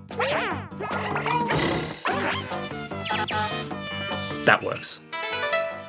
So this is essentially a 3 puzzle fight where it wants you to shuffle around all these pieces, like has been happening throughout the majority of this level. Well, at the very least, what they wanted you to do for the majority of this level. That is like the one that we followed to the casual or the intended part as much as possible. Whereas this one, there is so much that it wants you to do with that one that we just completely ignore with a well-placed egg. That's a Shogun taken care of.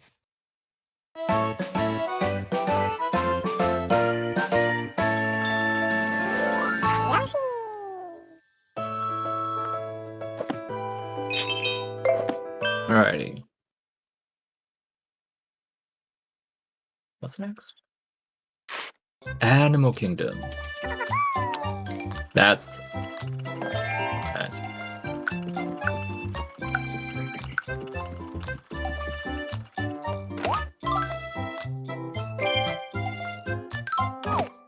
and after these 3 levels, there's the boss that I just love the design of the most.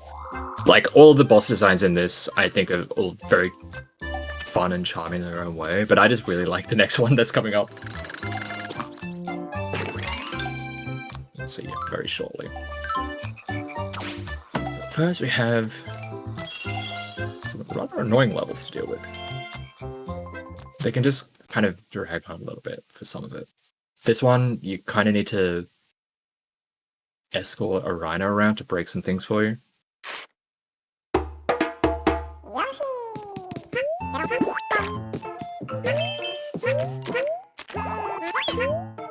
It can be a little bit annoying, but it's kind of whatever. Activate them, bring them over here.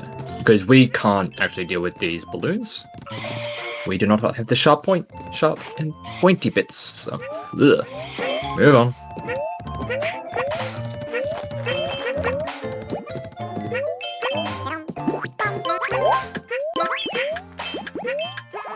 Oh God.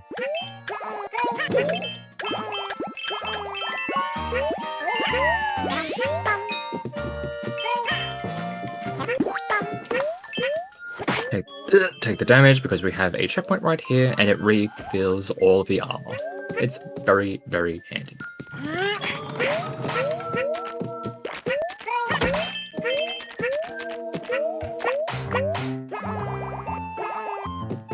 All the way up here. The game wants you to push that drop thing so you can get up to that point, but we have ways. We have our ways. Ooh, the second egg a little bit too slow.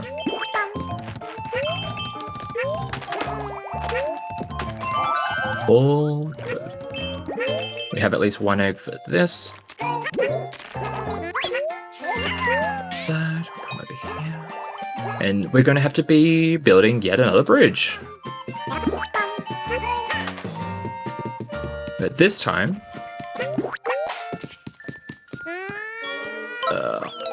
takes way too long to aim at that one.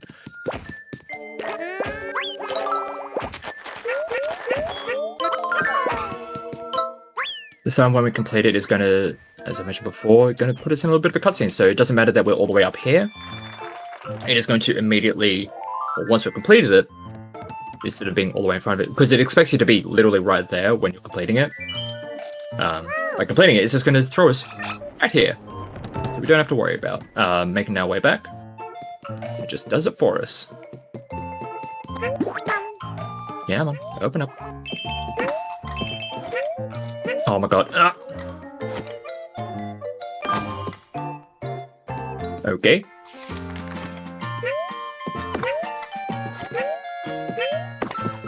That was a new one.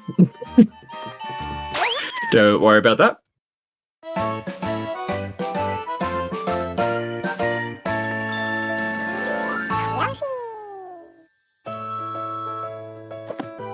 All good. Didn't get many flowers in that one, but it's fine.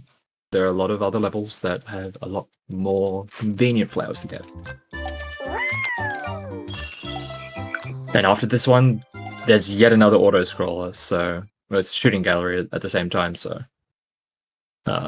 they, at the very least, allow us to get a nice surplus of flowers, because you're more or less expected to be able to get all of them.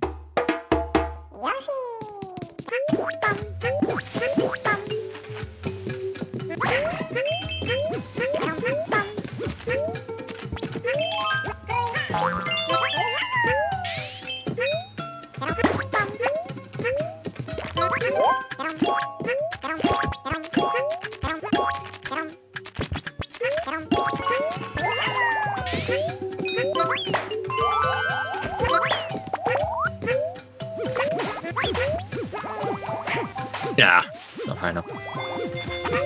Get a good jump immediately. So this snake can be a little bit annoying. It just gets in the way. It is intended to be the thing that breaks all of the blocks for you to allow you to actually get places.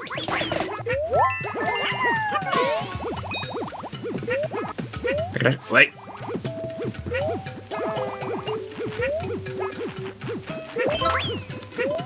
Honestly, I don't know if I knew if I could stand on that or not.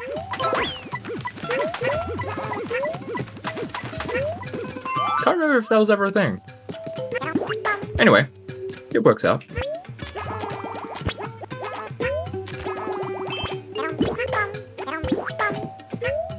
We got through it, it's fine. There's another flower down here through all of these blocks.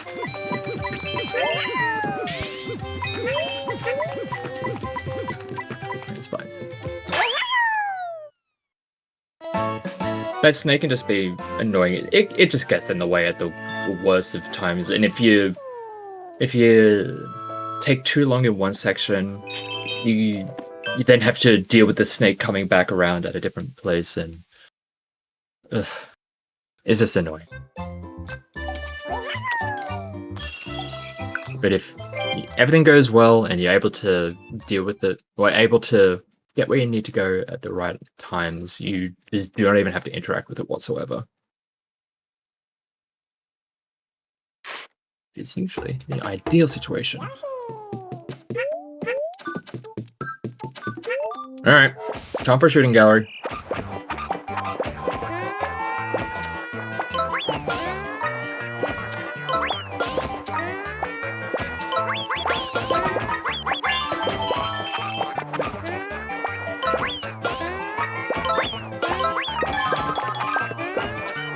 And yes, we should be able to get... Nice, got behind that. Should be able to get every single... No hiding. Every single flower on this one. God, the targeting is going nuts.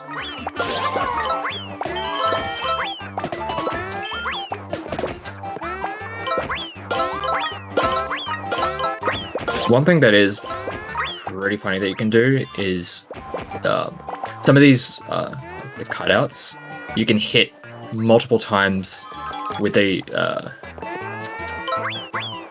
why am I hitting them? You can hit with like multiple eggs, and it will just like combo the thing you're hitting, and it will give you like a whole bunch of coins for it.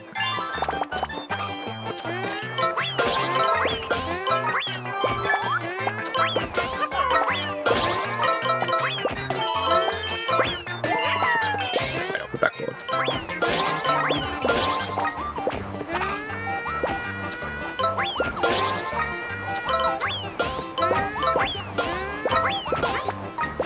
Give me the eggs. Oh! Somehow got that.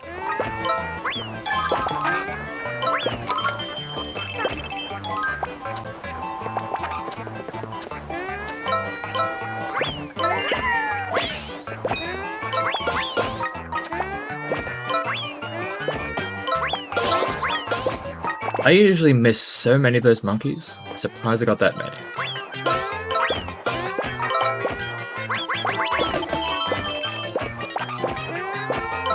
Oh, didn't remember to get those.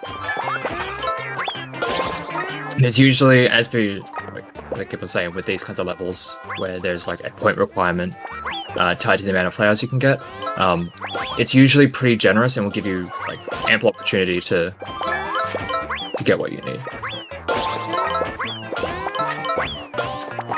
So even though the point total, the target is I think like 8,000, it puts like well over 9,000 points worth of things in the level. I think, maybe not. I think about 9,000 points worth of things. So you can give up about $1 grand and still be fine. So yeah, let's combo this piece. Nice.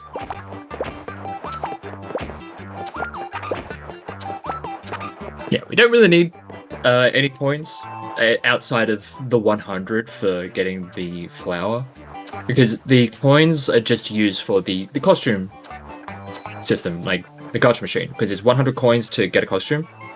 So in order to get all the costumes from all of the areas, because each different area has their own themed costumes, being able to get all the costumes from all the areas takes a lot of coins.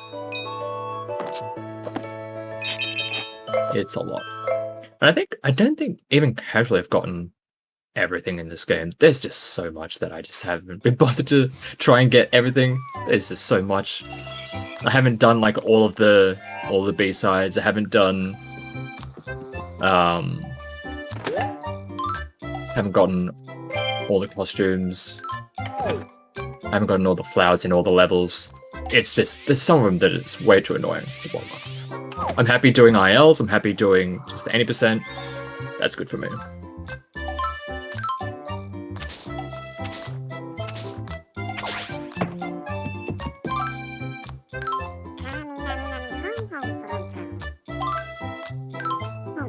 Alrighty, on to the next boss fight.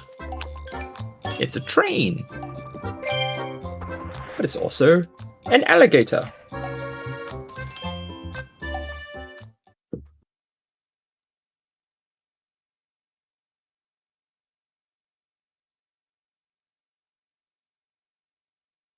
Yeah.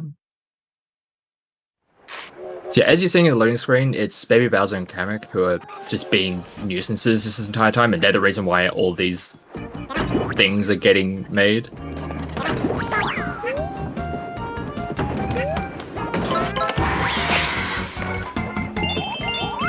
They are the mastermind behind all of this.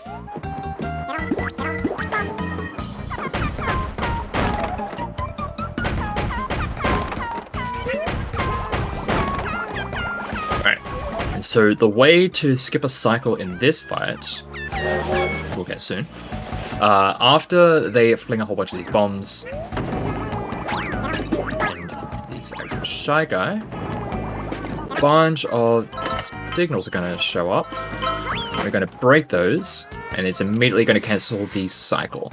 Usually, if you don't break them, you just have to do like a jump over a bunch of, just jumping over a bunch of things, which is not too bad.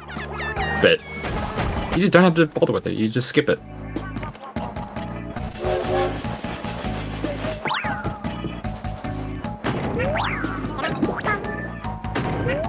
I'm going to have pencils, from left to right, and I am going to take a hit on this one, just so I can... I just throw every single egg that I have at that point, because that boss will like try and like fake you out. It will open the mouth real quickly, and then close it real quickly, and then just like fake you out a whole bunch of times. And I was like, you know what, I'm just going to throw every single egg in my arsenal, and if it... surely one of them will line up with the part where you're open.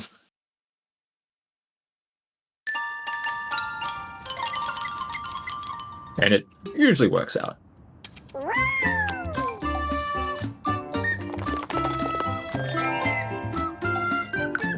We're going to space now? We're going to space. Alright, this next level has one of the hardest skips to do.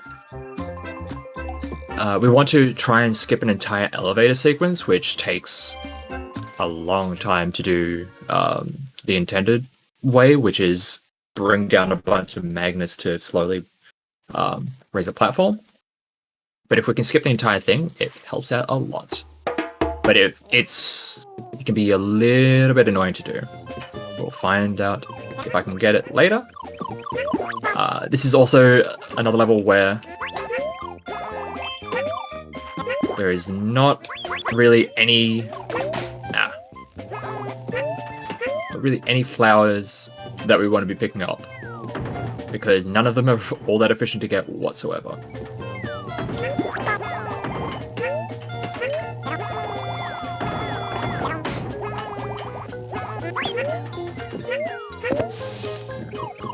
Wait up. How are we on this cycle? Damn.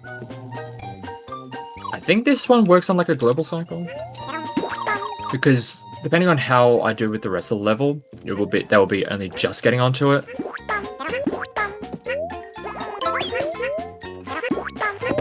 So yeah, it is possible to get there at a timing where everything just lines up very nicely. Alrighty, just about at the part with the potential elevator skip. And I need to have the maximum amount of eggs. Thankfully, there is a... right here. Ow. Alright, let's go all the way over to here.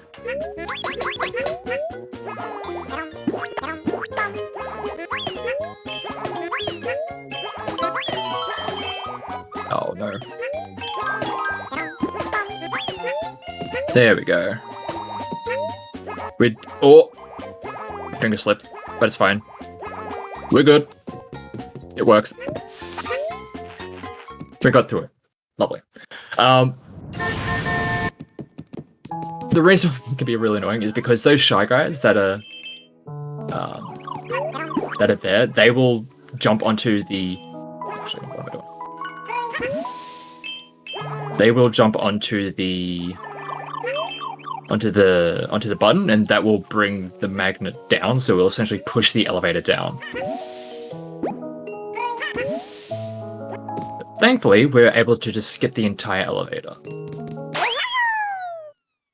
And I think by doing it from the left side, it means you're able to actually scroll the camera up high enough to essentially hit a checkpoint that it will then allow you to move the camera over. Because if you just do it straight from the right side, not only I think it's also because of the location of the Shy Guy that are hanging around. Because you need to use the 4 to go up, you need to grab either 1 or 2 of the Shy Guys that are hanging around, so you have just enough eggs to get yourself high enough to make it all the way up there.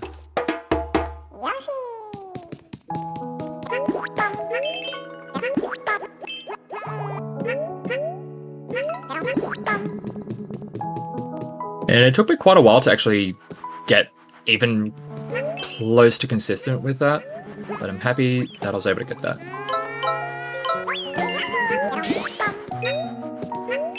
That can be a bit of a tough one. I'm just going to chill here. And I'll wait for the...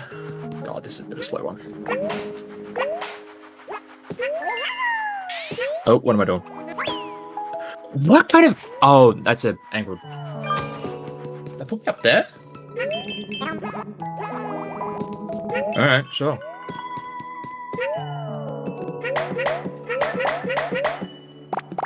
You know what? I'll take it. That is not how I expected that to go, but we'll do it live.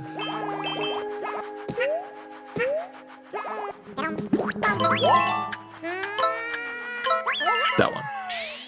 That is one of them that is very easy for me to just forget which is the real one to pick up.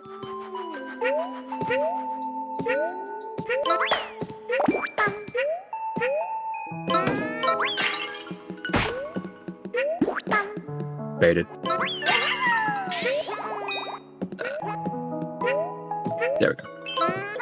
I don't necessarily have a lot of space to work with jumping there, but yeah, just enough.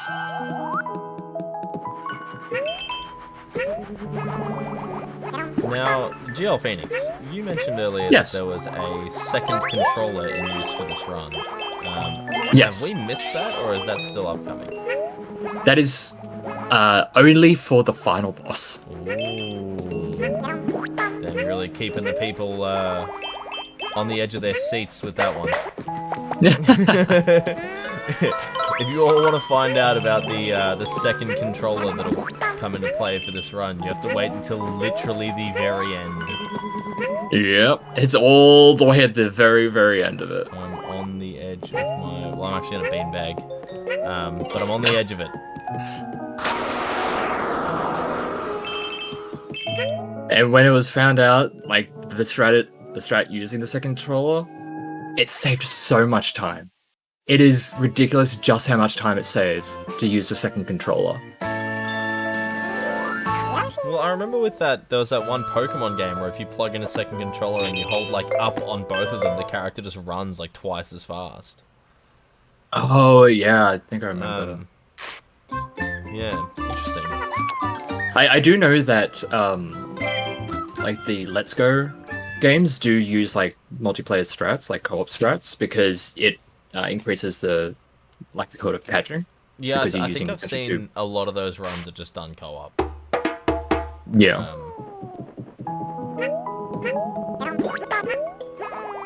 Yeah, I wonder how many of this, like, putting the Switch on airplane mode and using a second controller is just universal to Switch games.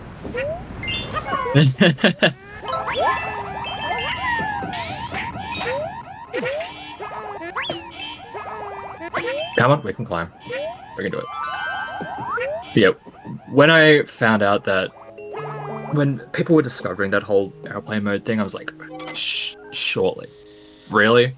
We've been playing this game for how long, and only now this is the thing that we're figuring out? Come on. Like, what are we doing? Well, there was, Although... the Final Fantasy VII, have you ever heard of the Sonic discs in Final Fantasy VII? Vaguely. So for those unaware, the like I just think like loading, saving time in loads is in speedrunning is just like really fascinating to me. So for Final Fantasy VII, I may be getting some details slightly wrong here, but basically there was exactly one machine in exactly one factory that was printing Final Fantasy VII Greatest Hits discs, and the laser was like physically misaligned. So it was creating these defect discs, and the only defect is that the game loads faster. Everything else is 100% intact. And across the roughly 6.5 hour run, it saves like 2 minutes. So people are like... speedrunners will take that. People are like clawing for these hyper-specific copies that you can... The only way you could tell was like the serial number on the little ring inside the disc. Oh. So like... Oh god, that's specific. Yeah, so like you'd find like an eBay listing and be like, hey man, I'm trying to collect every serial number. Can you please show me exactly what serial number you have? I think some people actually like spilled the beans to the eBay like sellers that they're faster for speedrunners. Yeah, and people were kind of pushing up the price. Anecdotally, I heard about people pushing up the price. I never personally witnessed it though. It would be very. I could see people doing it. If people were clued in that people wanted it, it's like, oh, yeah, I can see it. Yeah, such a bizarre like defect. The extents that people go to save any amount of time. By any means necessary. Oh, actually, there was a runner. I can't remember the name, but they actually had the Sonic discs and they threw them in the bin because the discs that they had, one of the discs would crash on a cutscene. But then a couple months later, there was a skip discovered that bypasses that cutscene. Like that bypasses that whole area. So they actually had it, and they were like, "Oh, this is useless," because when you go to calm, the game soft locks. So they're completely useless. To it. And now you skip calm. You don't go there anymore. So, like, they had exactly what everyone wanted, and I think it literally went in the bin, if I remember correctly. That is tragic. Comical.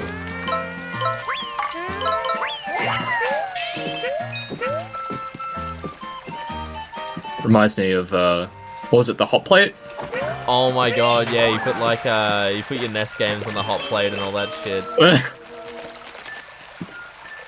Or I think Battle for Bikini Bottom, if you like smudge parts of the Xbox disc, it like freaks it out unless you do skips.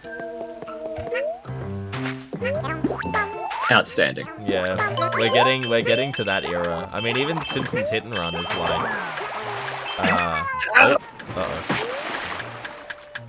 And I missed that flower. Cool.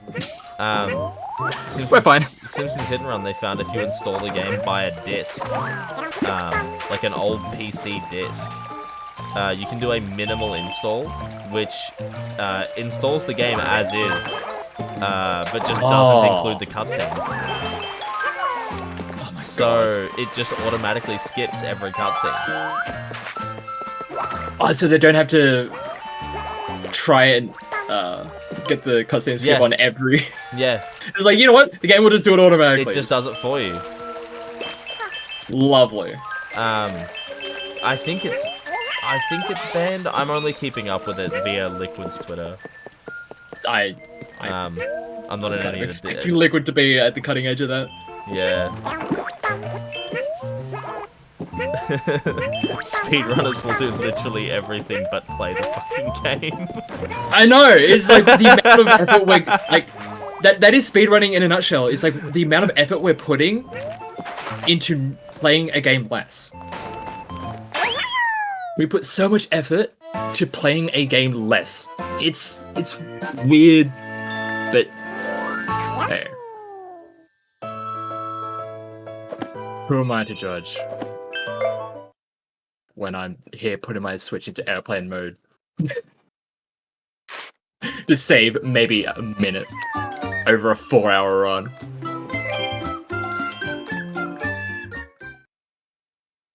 But hey, it did get me a really solid PB in one of the categories, so I'll take it.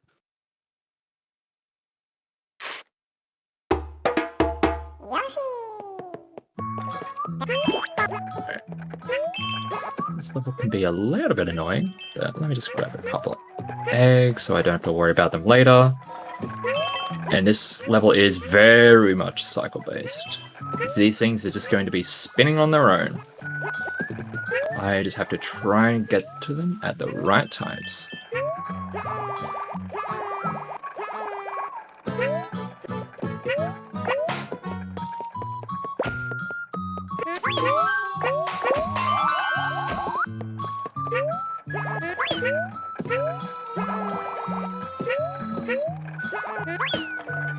The angle was not right there. Don't mind me. I'm fine. As long as I have 2 eggs coming into this part, it's fine because I need the 2 eggs. One to make the cloud appear, the other to get the flower.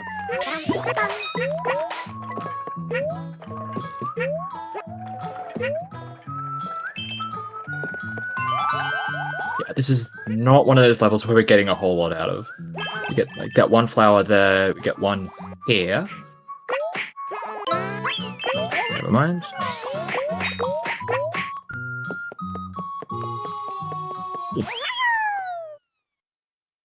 Now, I think I was paying attention to where my was at because from now on I need to hit 45 because I would need 15 for the upcoming checkpoint and then 30 for the last one. So I need another 18.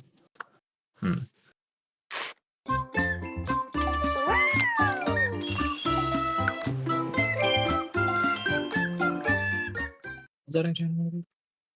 Yeah. This is the last of the vehicle levels, and this is literally a vehicle. It is a car that is solar powered.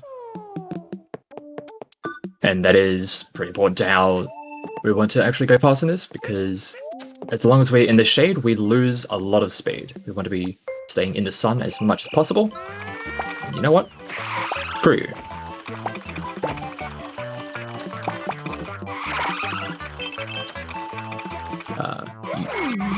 Usually I do not want to be hitting too many of the yellow vehicles because more often than not it just creates more issues, but that one at the start is like a bit of a free hit. They're not really doing anything, they're not going to be too much of a problem.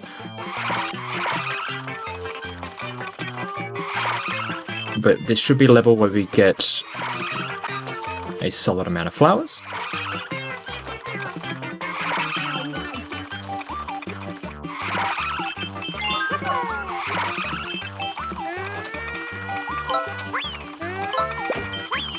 I thought I missed it. Good.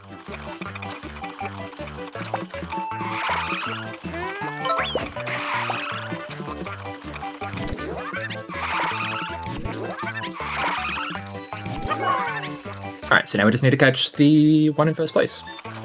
And we should get to that a little bit later, around these next couple of corners. Oh, I didn't need those. Those ones.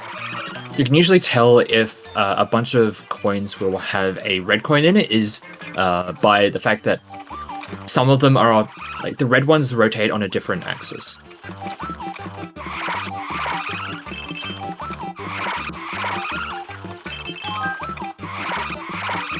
You'll see them rotate just that little bit differently.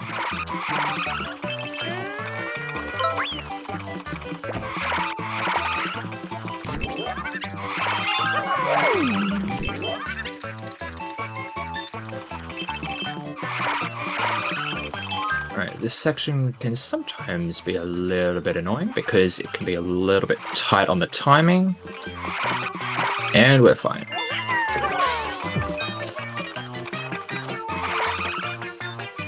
Should be able to get all the red coins here. And we got it all. Mid-air drifting. Let's go.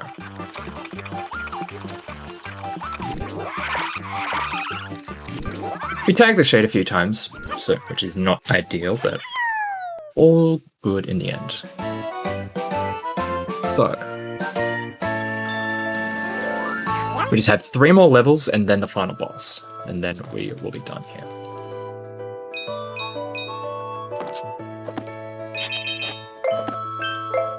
5. So 10. 10's an easy number to get out of the last 3.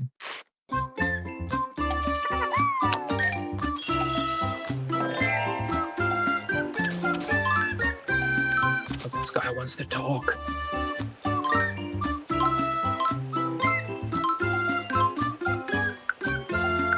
Yeah, Souvenir Hunt is something that is... I think you get a flower for it? I can't remember.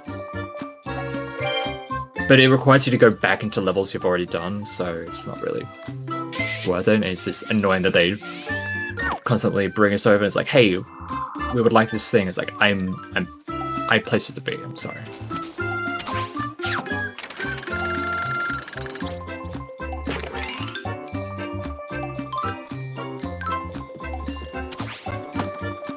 This next level, when I played it for the very first time, I was like, what on earth is this tone shift?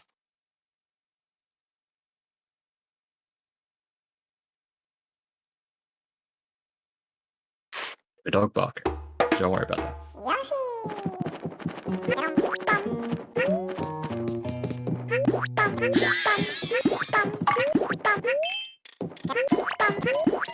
We do have a decent amount of flowers we can get in this one that are pretty easy to get. We just damage boost through the majority of what they're doing. It is better to just run into the body of them rather than get hit by the axe, because getting hit by the axe will send you like reeling back, and there's a lot of recoil there. But running into the body is just a small knockback and allows you to just walk straight through it.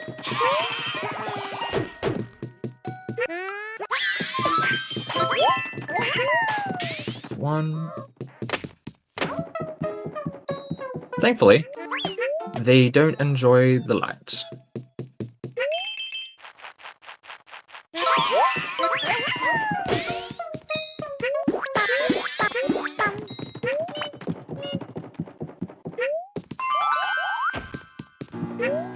And the more we get here, the less we need to worry about in some of the later levels, or in the last 2 levels.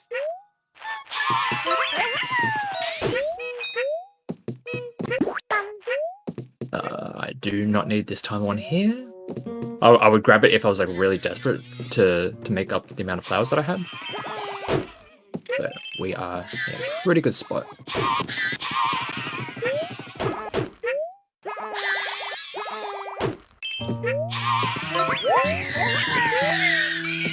Yeah, this level is an odd tone shift, but is that done? We're fine. We got through with what we needed with minimal problems. That was horrifying. We're at. I know, right? That was terrifying.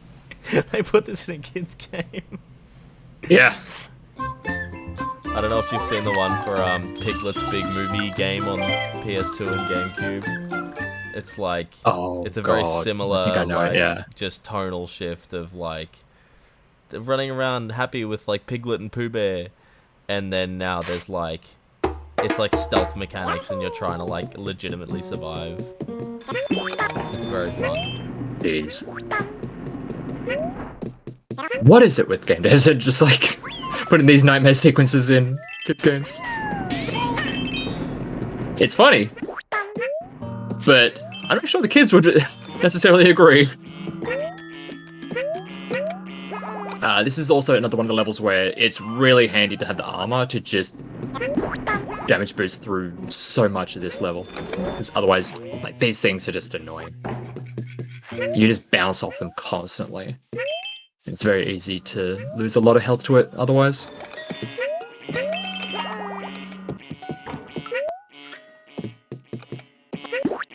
Ow. Take a checkpoint.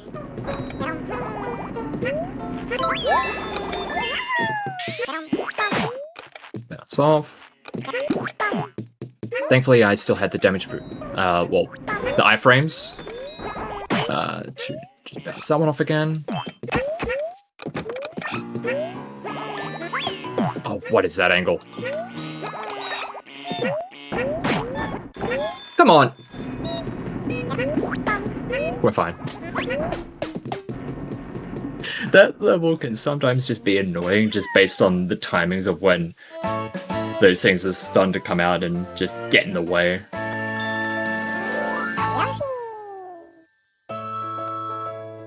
But that we did get a good amount of flowers there. We just need 2 for this last level. And I can usually get like 4 or 5 conveniently. So we should be safe.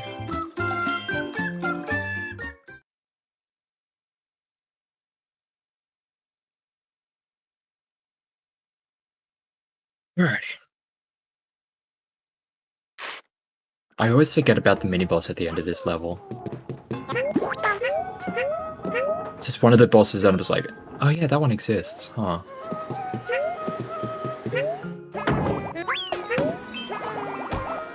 Ah.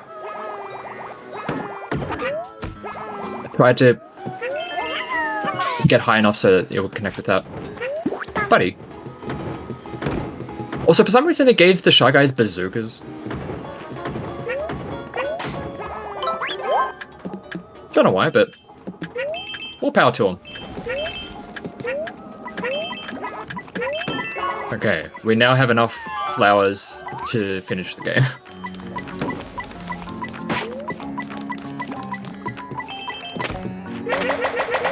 Much of those I didn't even need to get because there's some here that are just objectively easier to pick up.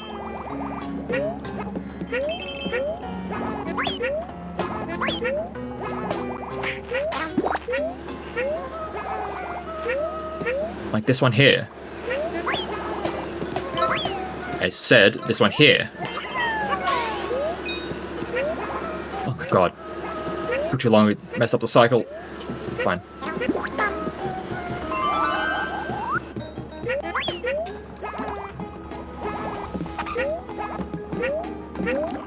Not in the lava.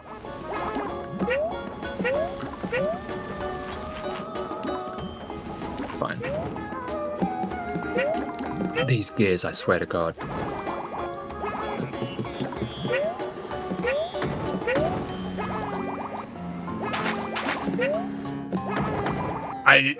I'm sorry? Sure.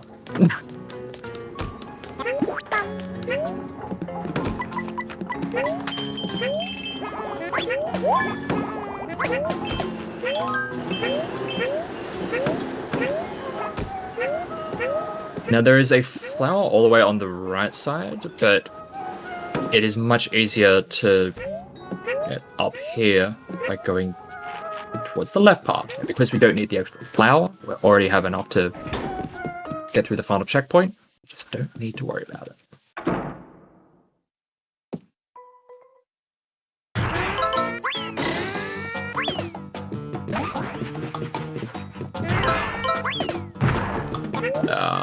Good shot.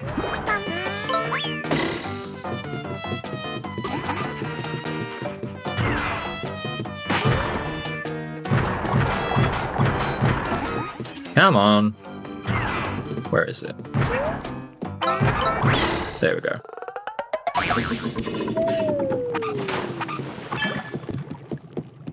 Alrighty, now we are on to the final boss of this game. And we get to have that. Get to make this useful. Let me actually turn it on.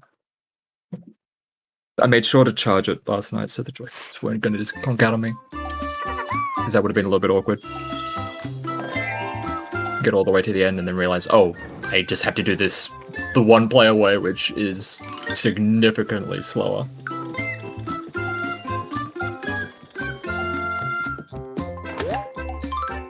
We got 2 more than we needed.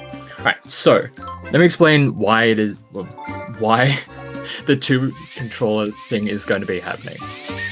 One of the benefits that you get by playing co-op is that you can, well, one player can ride on the other's back, and when they're doing that, they have an infinite amount of eggs. And you can imagine having an infinite amount of eggs to throw can be kind of useful. Especially in the first phase of this fight, where you need to be throwing eggs at particular weapons that they're trying to hit you with.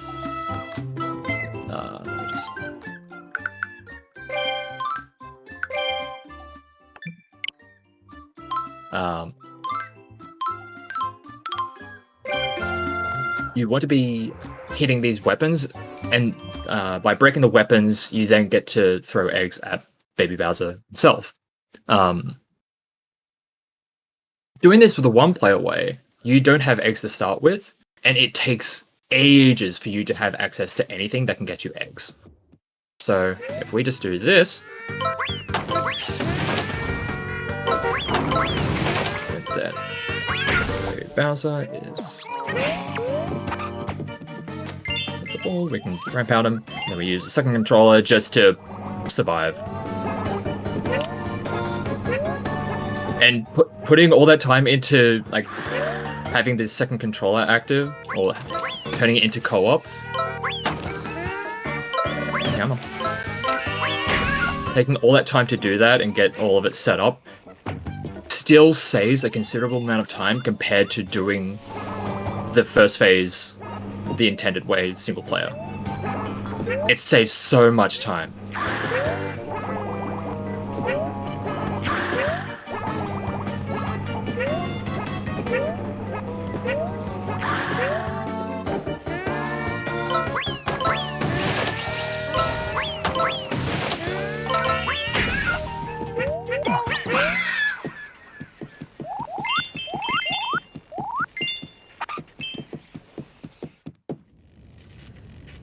And there's that first phase done, and we now no longer need that second controller.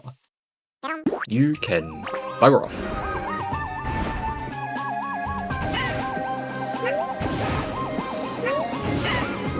It's literally just for that first phase that we needed the actual controller.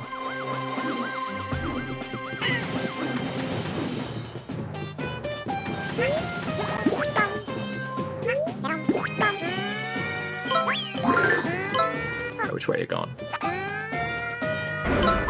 That way. Bonk. Just gonna chill for a bit. We want another hammer.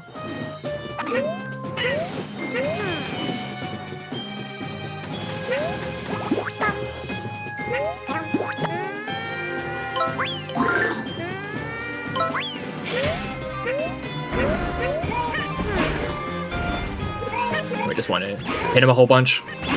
And he's going to set him into an interim phase where he's going to send a whole bunch of meteors down, but we get to knock one back like it's a baseball. Big one. Please come to the left side. Thank you.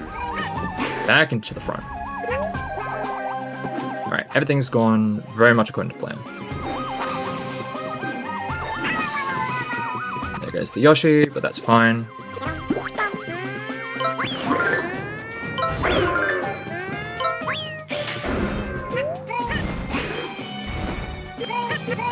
Bang, bang, bang, bang, bang.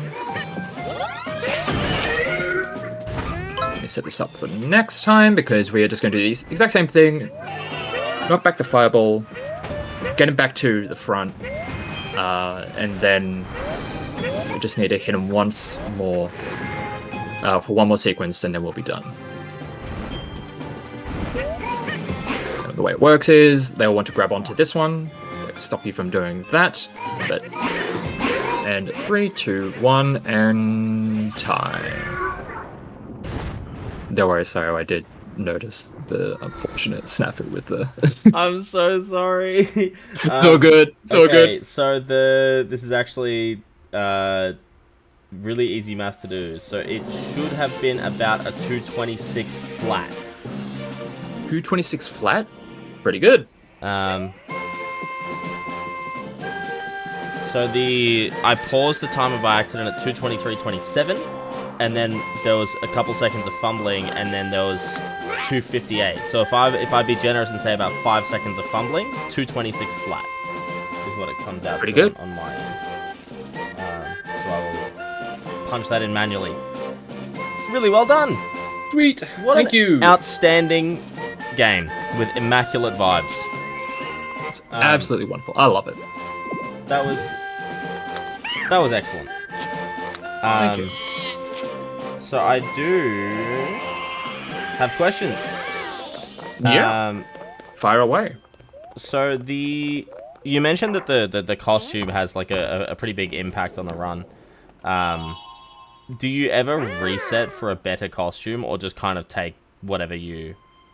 This takes whatever, because take it whatever. just means that I have like 1 or 2 extra hits of wiggle room. And it's like I can play safer depending on which kind of costume I get. Okay. If I only had the 3 hits, I can just play a little bit safer. Yeah, okay. And usually I'm only needing to damage boost through like at most 2 things. Right. Actually, your PB on speedrun.com is a 228.40. Is that a...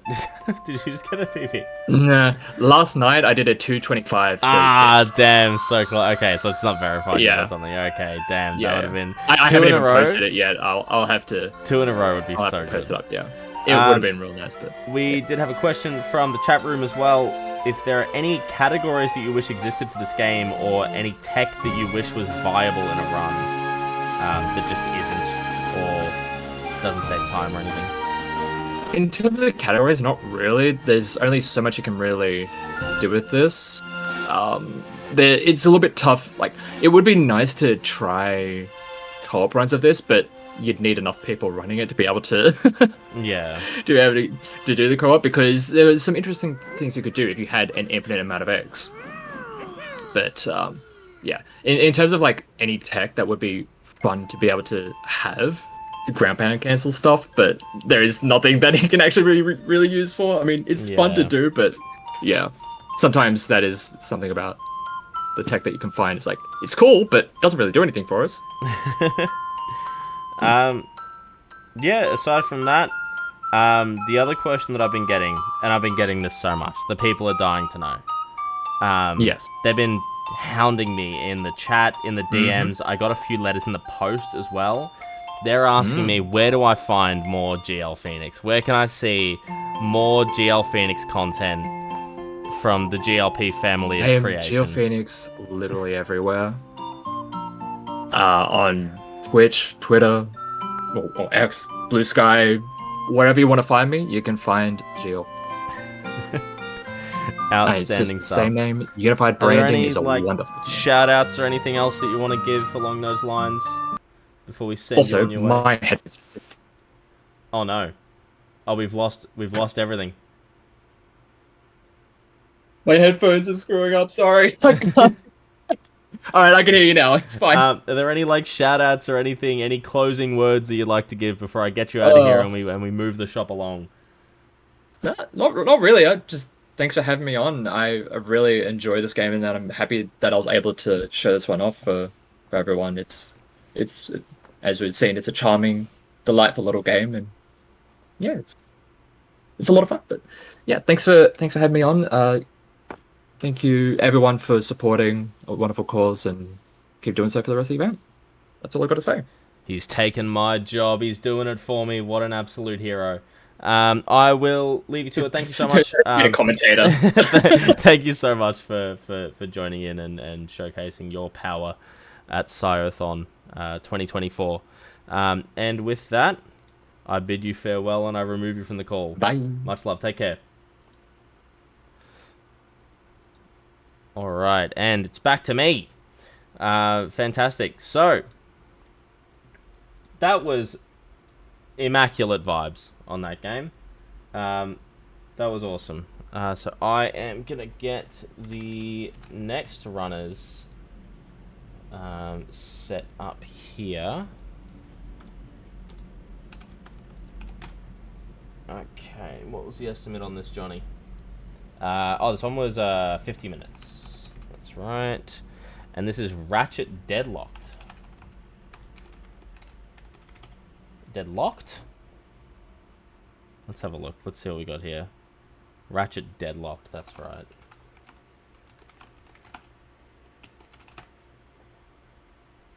Outstanding stuff. Okay, so I am going to throw it over to an intermission here. We're just going to get everyone set up, and we'll be back momentarily with Ratchet Deadlocked by Fireproof Nas. See you in a moment, everyone.